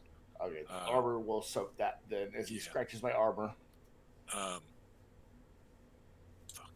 Yeah, I forgot that about the morning star too. Starting next round, your armor is at -2. Okay. I forgot about the shattering until now because it's been so long since we used these. Oh, I got hit by. I was the guy who got hit by one last time. Yeah, you got tagged by a morning star a couple times, so your armor's down. So we'll just remember it for next time. I tried to give most of these knights a little color with like a level 1 combat training feat. Not feat, but you know what I mean? And then I'm just fucking forgetting that they all have them. So bang up job, Rusty. What is it when you try to do exactly? Last time we called it beating the shield up. The shield gives combat defense, not armor rating, though. With shattering, it starts. Yeah, so it's combat defense bonus first. Okay. So it does shield first. So it sounds like at this point the shield is tossed, is destroyed again. Okay, so what will that? Here we are. What? Yeah, so that will drop your combat defense to 10. Okay. Let's say from a couple of hits there, but yeah, your armor's there. It's the I forgot you were in shield. I will start two-hitting the spear then. Okay. And you are up, top of the next round. 2 Braxes. Sir Titos is looking a little worse off. Sir Robert is laying into you with the Morning Star. It is Brax adding up. brothers, you have fought well, and you have destroyed my shield. So let us end this quickly. I will toss the shield to the ground, grab my spear with both hands, and attack with 2 hands. Alrighty. Against Robert. Okay, the Morning Star guy. Got it. Oh, this is kind of a poor roll. A lot of 3s.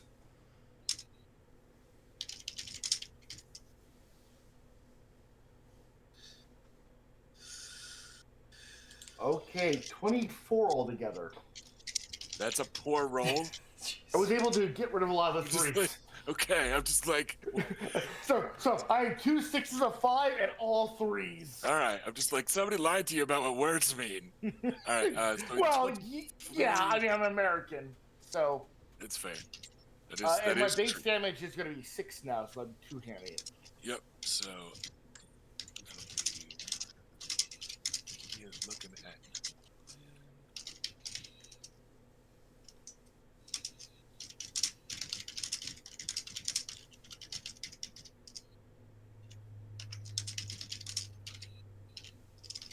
All right, that is another injury and some more damage getting through.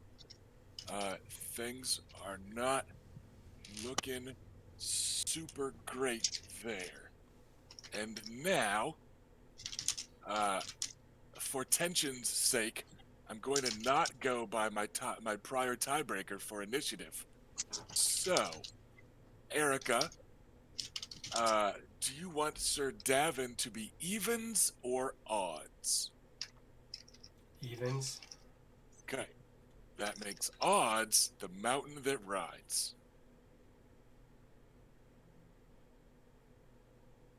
All right. The mountain that rides is up next. Erica, do you want Bela to be evens or odds? Evens. All right. That makes Sir Davin the target of odds.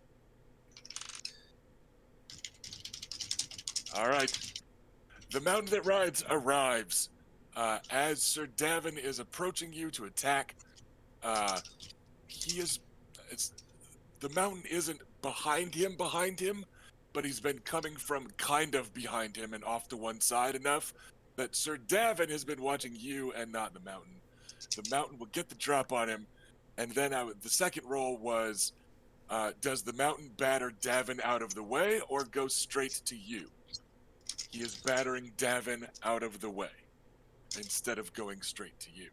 So the mountain that rides wins the initiative tiebreaker this turn, and takes a swipe at Sir Davin Lannister, attacking rather ungentlemanly from behind in an attack that will no doubt hurt his courteous reputation as a gallant knight of the oh fuck.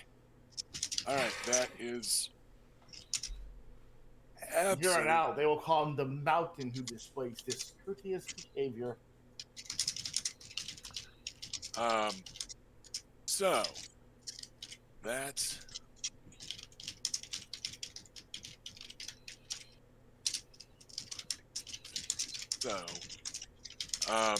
hey, what's 6 times 17? It's a wound. That's what that is. That's a 102. wound. Yes. That is how hard he just hit Sir Davin for. Holy shit, we gotta kill this guy. So, that's a wound. He rushes up, and again, it is a rumbled, angry bear roar of out the fucking way. And it's almost like it's just his, like, he's backhanding his way like somebody using a scythe in a field of wheat. Like he was just smacking Peter Plum, backing away, and then casually on the backswing just did the same to Sir Davin. Davin is coming at you. He's got his sword up. He's mid-swing, and he just gets swept aside by the mountain that rides, because he was between you and the mountain. That was initiative 10. You are up next at 7 before the Brax boys.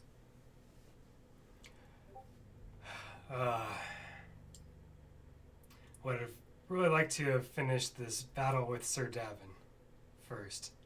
It Let's do the end. Let's do this shit. doesn't seem like I have a choice now, Right. so I'm gonna focus now on the mountain because he's not going to give me the opportunity to finish my fight. So I'm going to go aggressive, Okay.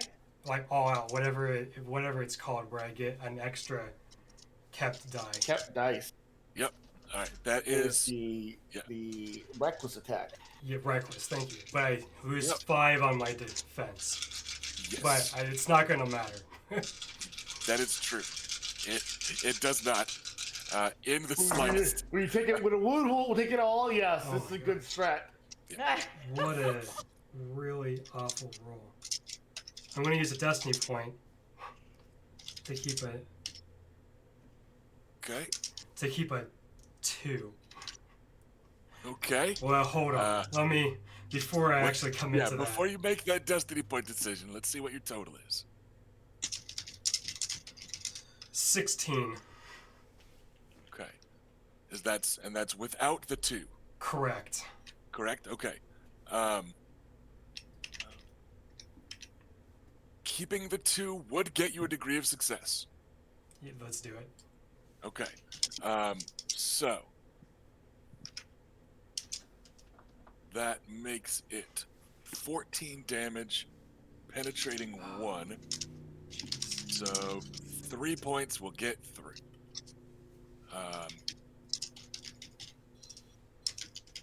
Yeah, it was a really awful roll.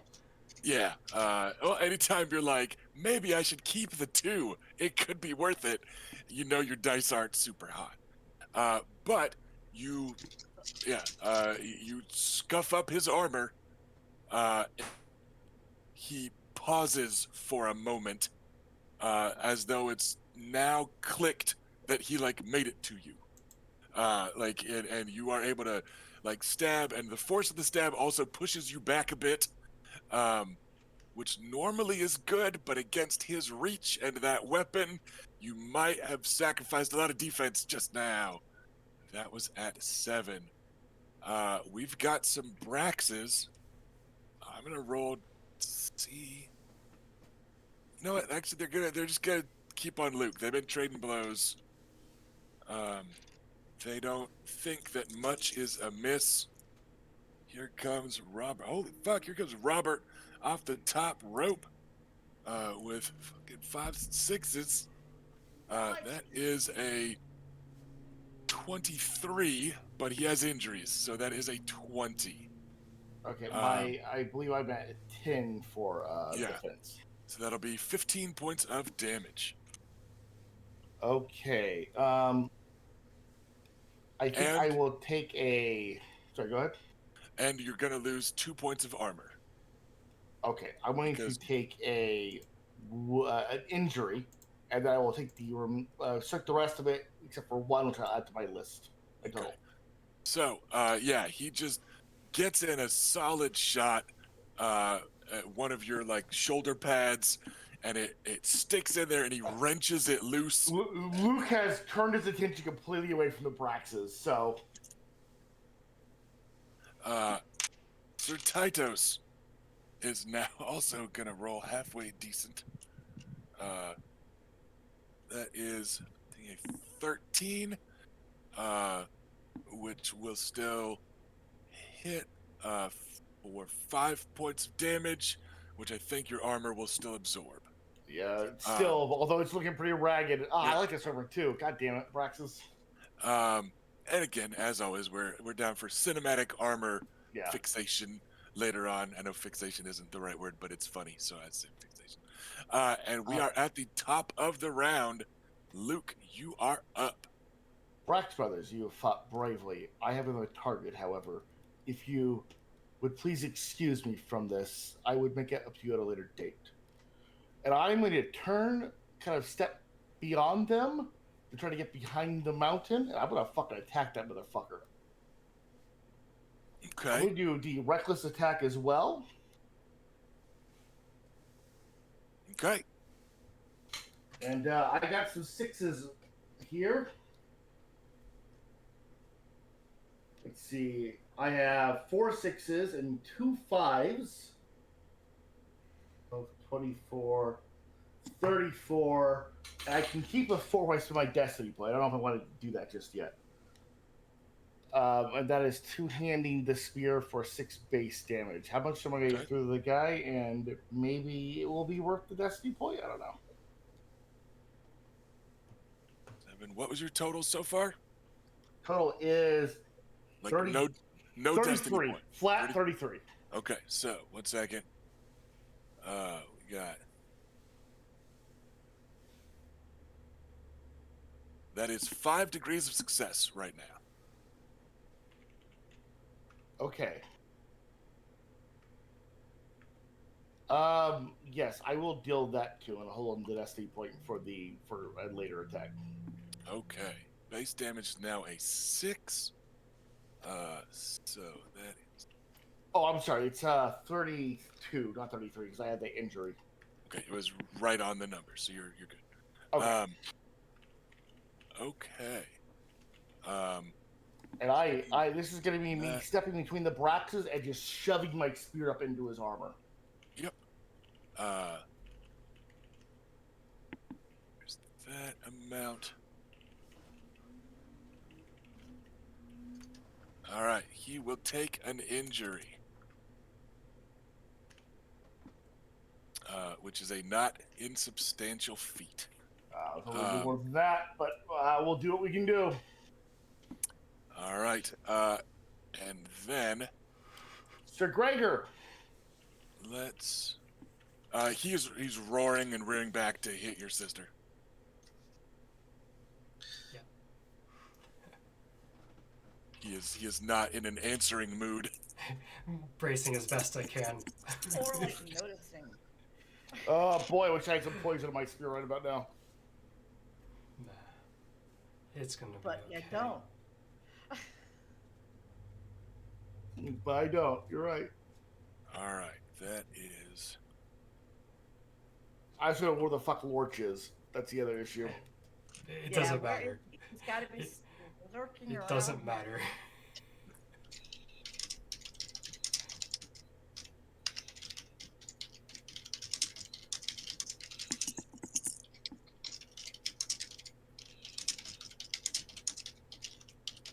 Okay. So two things happen. The first is that Sir Davin lets out a yell and broadsides the mountain Holy shit! with "My target, Clegane!" And he has dropped his shield and is wielding his sword in two hands and landed a hit with 3 degrees of success plus Longblade Fighter, which is a bonus degree of success. So Nice. it's about 2/3 of what Robert just did, without a destiny point and with a couple wounds. Like, it was good dice again. Sir Davin's been rolling pretty well today. So, This is Gavin Lannister? yes, Yep. Huh. that Some of them might be good. is another injury on Clegane. Clegane takes it, and then he hilt bashes Davin aside, half swords his blade, and grabs it by the blade to swing it at you with the heavy hilt as a choppy axie motion. Which is how I'm describing him doing Longblade Master for extra damage because he needs it.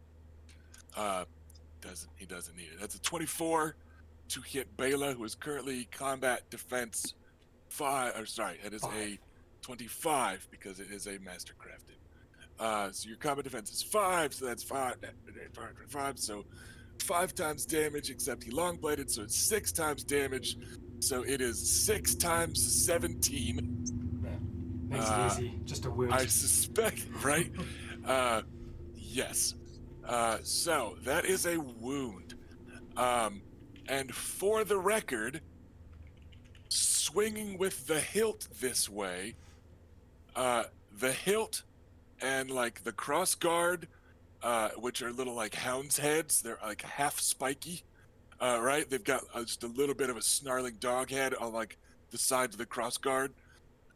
That shit's not padded.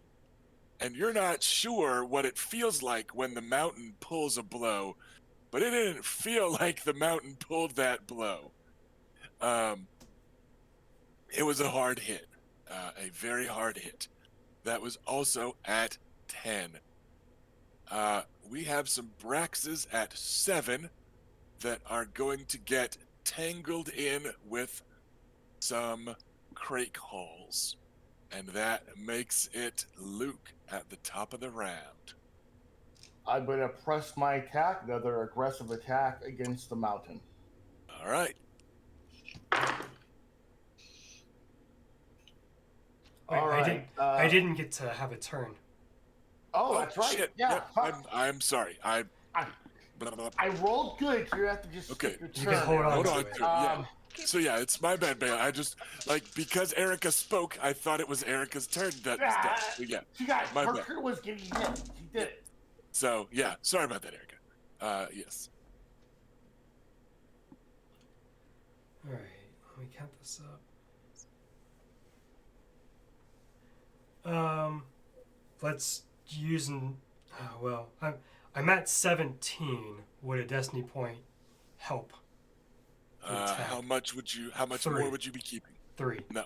Okay, then That I will would hold not. on to the destiny point and Okay. keep this 17. That is a hit. And it does that. No appreciable damage. His armor is thick, like a booty. THICC thick. He also just has a lot of fucking damage. He is running perilously low on damage points. But yeah, you did not get in a wound or the like. All right. Now That's top of the round, and Luke is up. Yeah.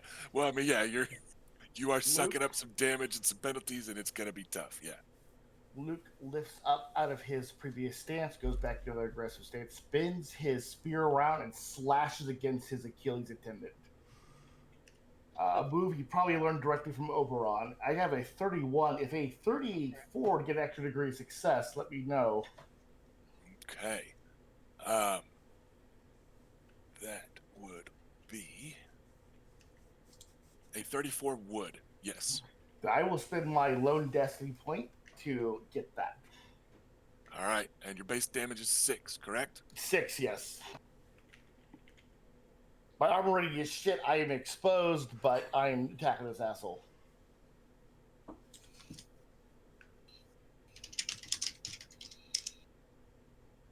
Okay. He takes a couple injuries. He is not as heavily armored in the back, which is to say it is penetrable briefly. You are able to land a solid shot, and his leg I threatens. also want it clear. I'm not holding back. Okay. Okay. Alright, fun.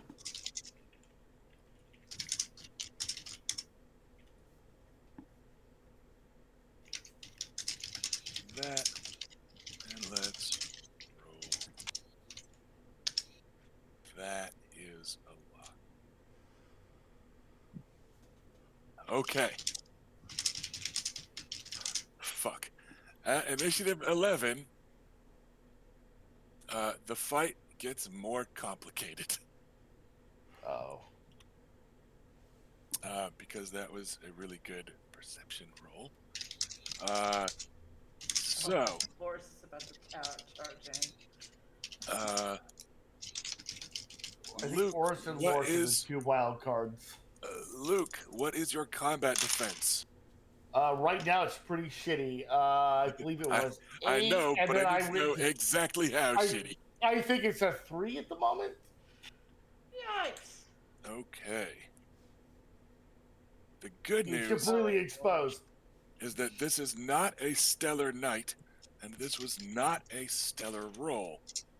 The bad news is that that is still 3 degrees of success with a shattering weapon. Or no, that's, yeah, okay, fuck, yeah, because it's a 3, not a, that is 20 points of damage from a morning star from behind. Your armor is 2 lower after this hit. But first it's 20 points with your... Oh, hold on. So, my armor is lower, but my armor defense is any lower after I lost my shield. Is that correct? Your defense is still the same. Oh, Yes. that bumps my defense up to a 5 from what I thought it was. Just to 5. Just to the number 5. That makes a difference. Okay. That will make it 15 points of damage instead of 20. But yes, your armor is 2 lower right now, and it will be 2 lower when you are done taking this damage. Okay, Because it is another one. 15.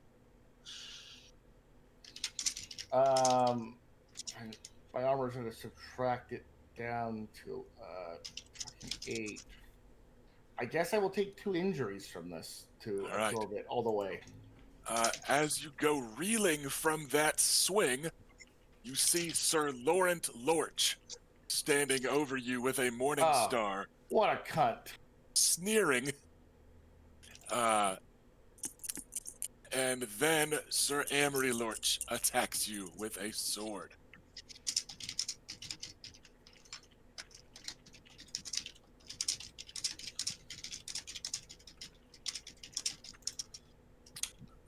So your combat defense is a 5, correct? 5. That is correct, yes. All right, so that's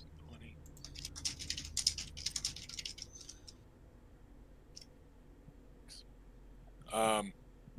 And you just took an injury, right? Yes. All right. He is going to spend a destiny point because he is a bully and he likes to pick on people that are hurt. He is going to spend a destiny point and you get hit for 25 points of damage.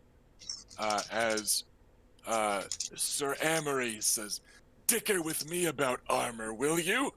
And lands a vicious strike. I'll have little choice to take a wound here. All right. That's The fucking Lord 11. is crawling out from behind the mountain shadow. I should have known. That's 11s. All right. Let's roll to see if Davin or the mountain goes first. Davin, let's make a perception. That is a lot of 6s. Yep. Let's do it. All right. Sir Davin, fucking A. His dice are almost, it's like he's Reginald. He was Reginald in disguise in the archery contest all along. Like, fuck. I'll take all the help we can get at the moment. He's dropping a 5. Like, he's dropping 5. He's rolling pretty well here.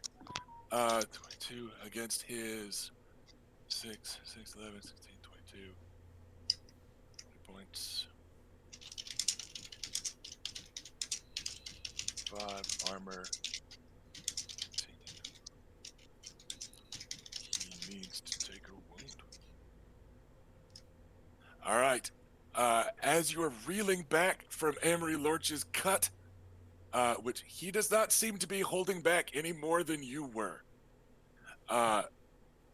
Sir Davin Lannister hits him for a wound outright from the side.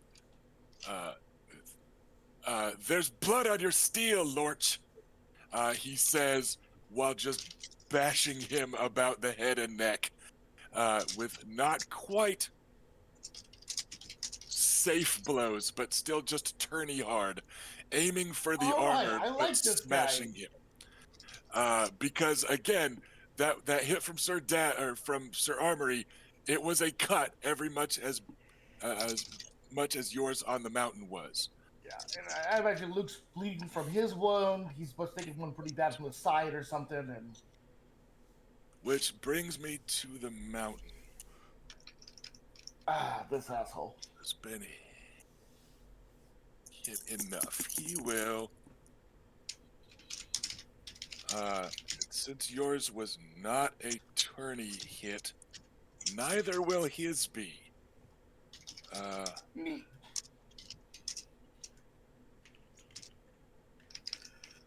Minus injuries makes it a combat defense 5, Luke. Yeah, I'm at 5. All right. 85 points of damage.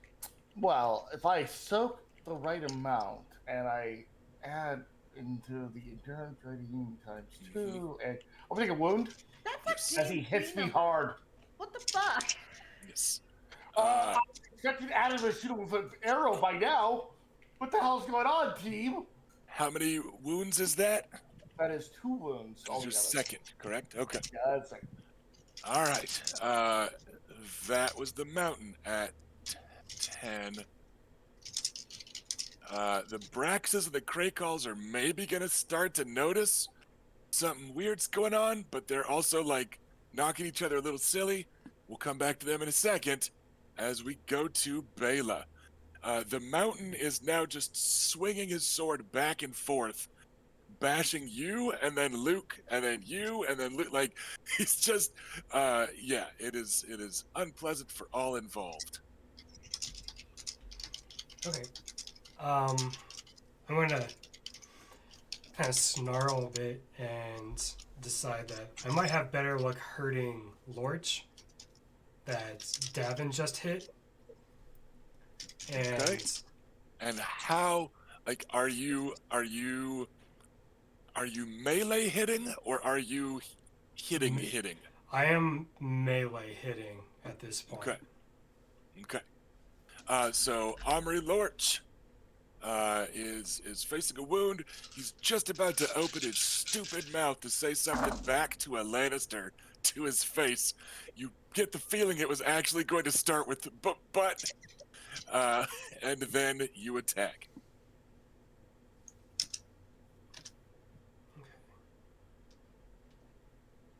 I have a 17 again. Okay. He is defense 6, so that is a palpable hit. 3 degrees, damage 7. Makes it 21. His armor gets chopped to that. Sorry, I had to grab our food. No problem. Food's important.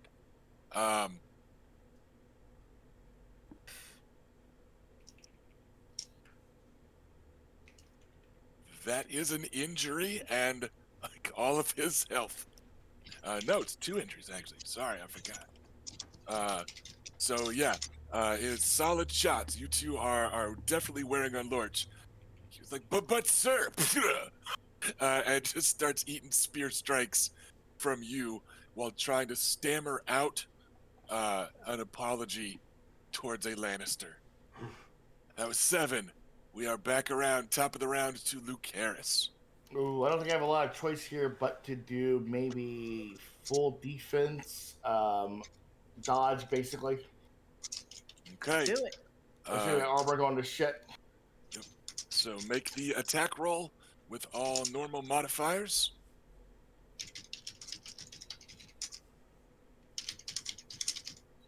All right.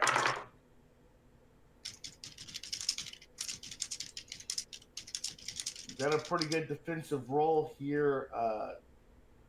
25 altogether. I think, yeah, I think it's gonna be 21 with some penalties I'm right. suffering. Well, 22. okay. And don't forget, you're keeping 2 less dice.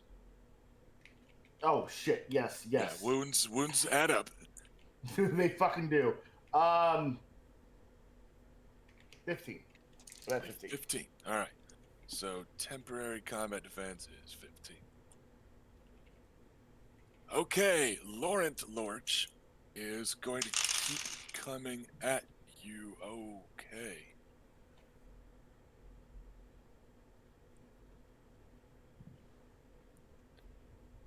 That is a 23 from him, and Laurent is not hurt yet, so that is just a 23. What's the incoming damage? He is vicious. He's gonna spend a destiny point and keep that. He'll make it a 27.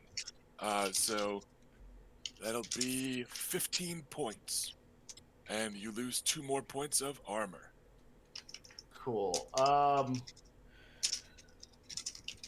will make him with my destiny. Oh no, I saw this. Wait, no, never mind. I will take that. 15. Seriously, guys, Miranda's like screaming at the top of her lungs, like whatever the equivalent is to be screaming Like- at the umpires for Like bad foul calls. type of thing. Yeah. Unfortunately, it's a melee with about 40 knights fighting. I'd say like probably 10 of them are down, and it's kind of hard to tell when someone like the Mountain is pulling his attacks or not. So, All right, I am up. I'm in pretty bad shape. take injuries, wounds, what? I've taken an additional injury, so I'm at 3 injuries, 2 wounds, and I am at 11 out of 12 hit points. Yikes. All right. Amory Lorch is up. He has been attacked by you two. Bela, Erica, I'll let evens odds decide again. Is Bela evens or odds? Evens. All right, a 5 means he is attacking Luke. Now, the good news is he has gotten beat up since last time. And that was not a stellar roll. That is a 16. A 15, because he has an injury. That is a hit. 6 points of damage, Luke. Okay, what's left of my armor will just absorb that. Yeah. Is my armor penalty still as heavy as it once was? Yes, Is the it armor. being paid away? Yeah, the armor penalties remain. Uh, Oh, I'm sorry to laugh at your pain. all right. Sir Davin is up. He will do an all-out attack because he knows that Lorch isn't going to hit back. So he's like, fuck this coward.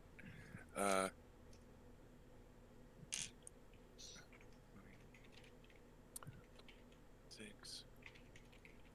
That is a wound. Which means I will then make a will roll for Amory Lorch. It is not high.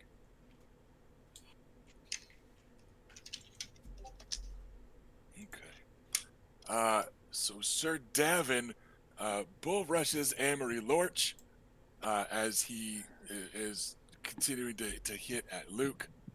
And he knocks Lorch down, and Lorch drops his weapon and puts his hands up and yells, yield. It was another wound on top of some stuff. Coward. He's in trouble.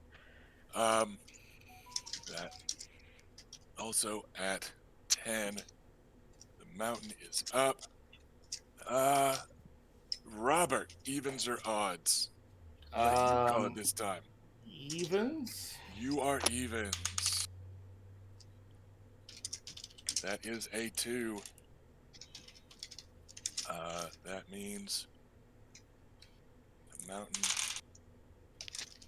rolls. Jesus Christ, it doesn't even need to be that good. 18.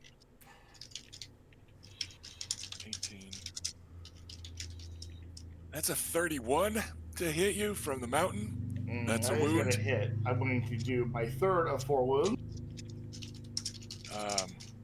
Because I am in very, very bad shape. And this one, again, it's a powerful overhand swing bashing at you. What the fuck's wrong, Gregor? As a reminder, You fight back more than children? as a reminder, if you are taken out by a greatsword, you are killed. They have the vicious quality. They are one of a handful of weapons that do not allow you to pull blows even if you want. Then why and does he have it on a melee field? Because normally you're kind of pulling them like in a melee. But Luke started backstabbing and doing actual injuries, not melee style. So Gregor is now using the full rule set of a greatsword, which means it's going to have vicious in play. Well, continue. You didn't start it.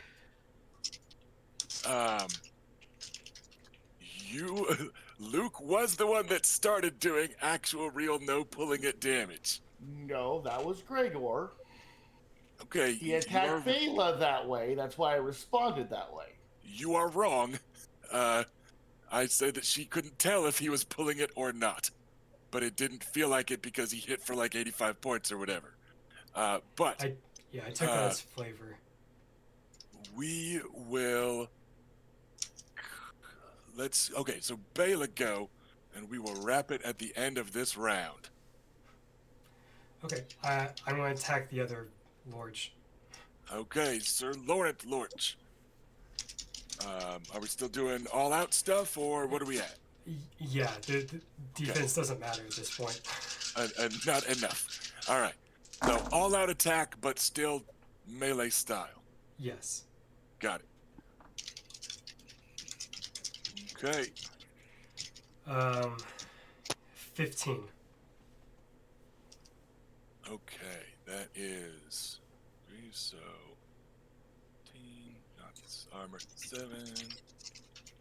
All right, he eats 7 points of damage, which is most of his health pool, but that is the first that he has been attacked. That said, do you have a like intimidate specialty in persuasion? No. I just I have a bluff in deception. right. Roll me intimidate specialty of persuasion. So just make it a persuasion roll.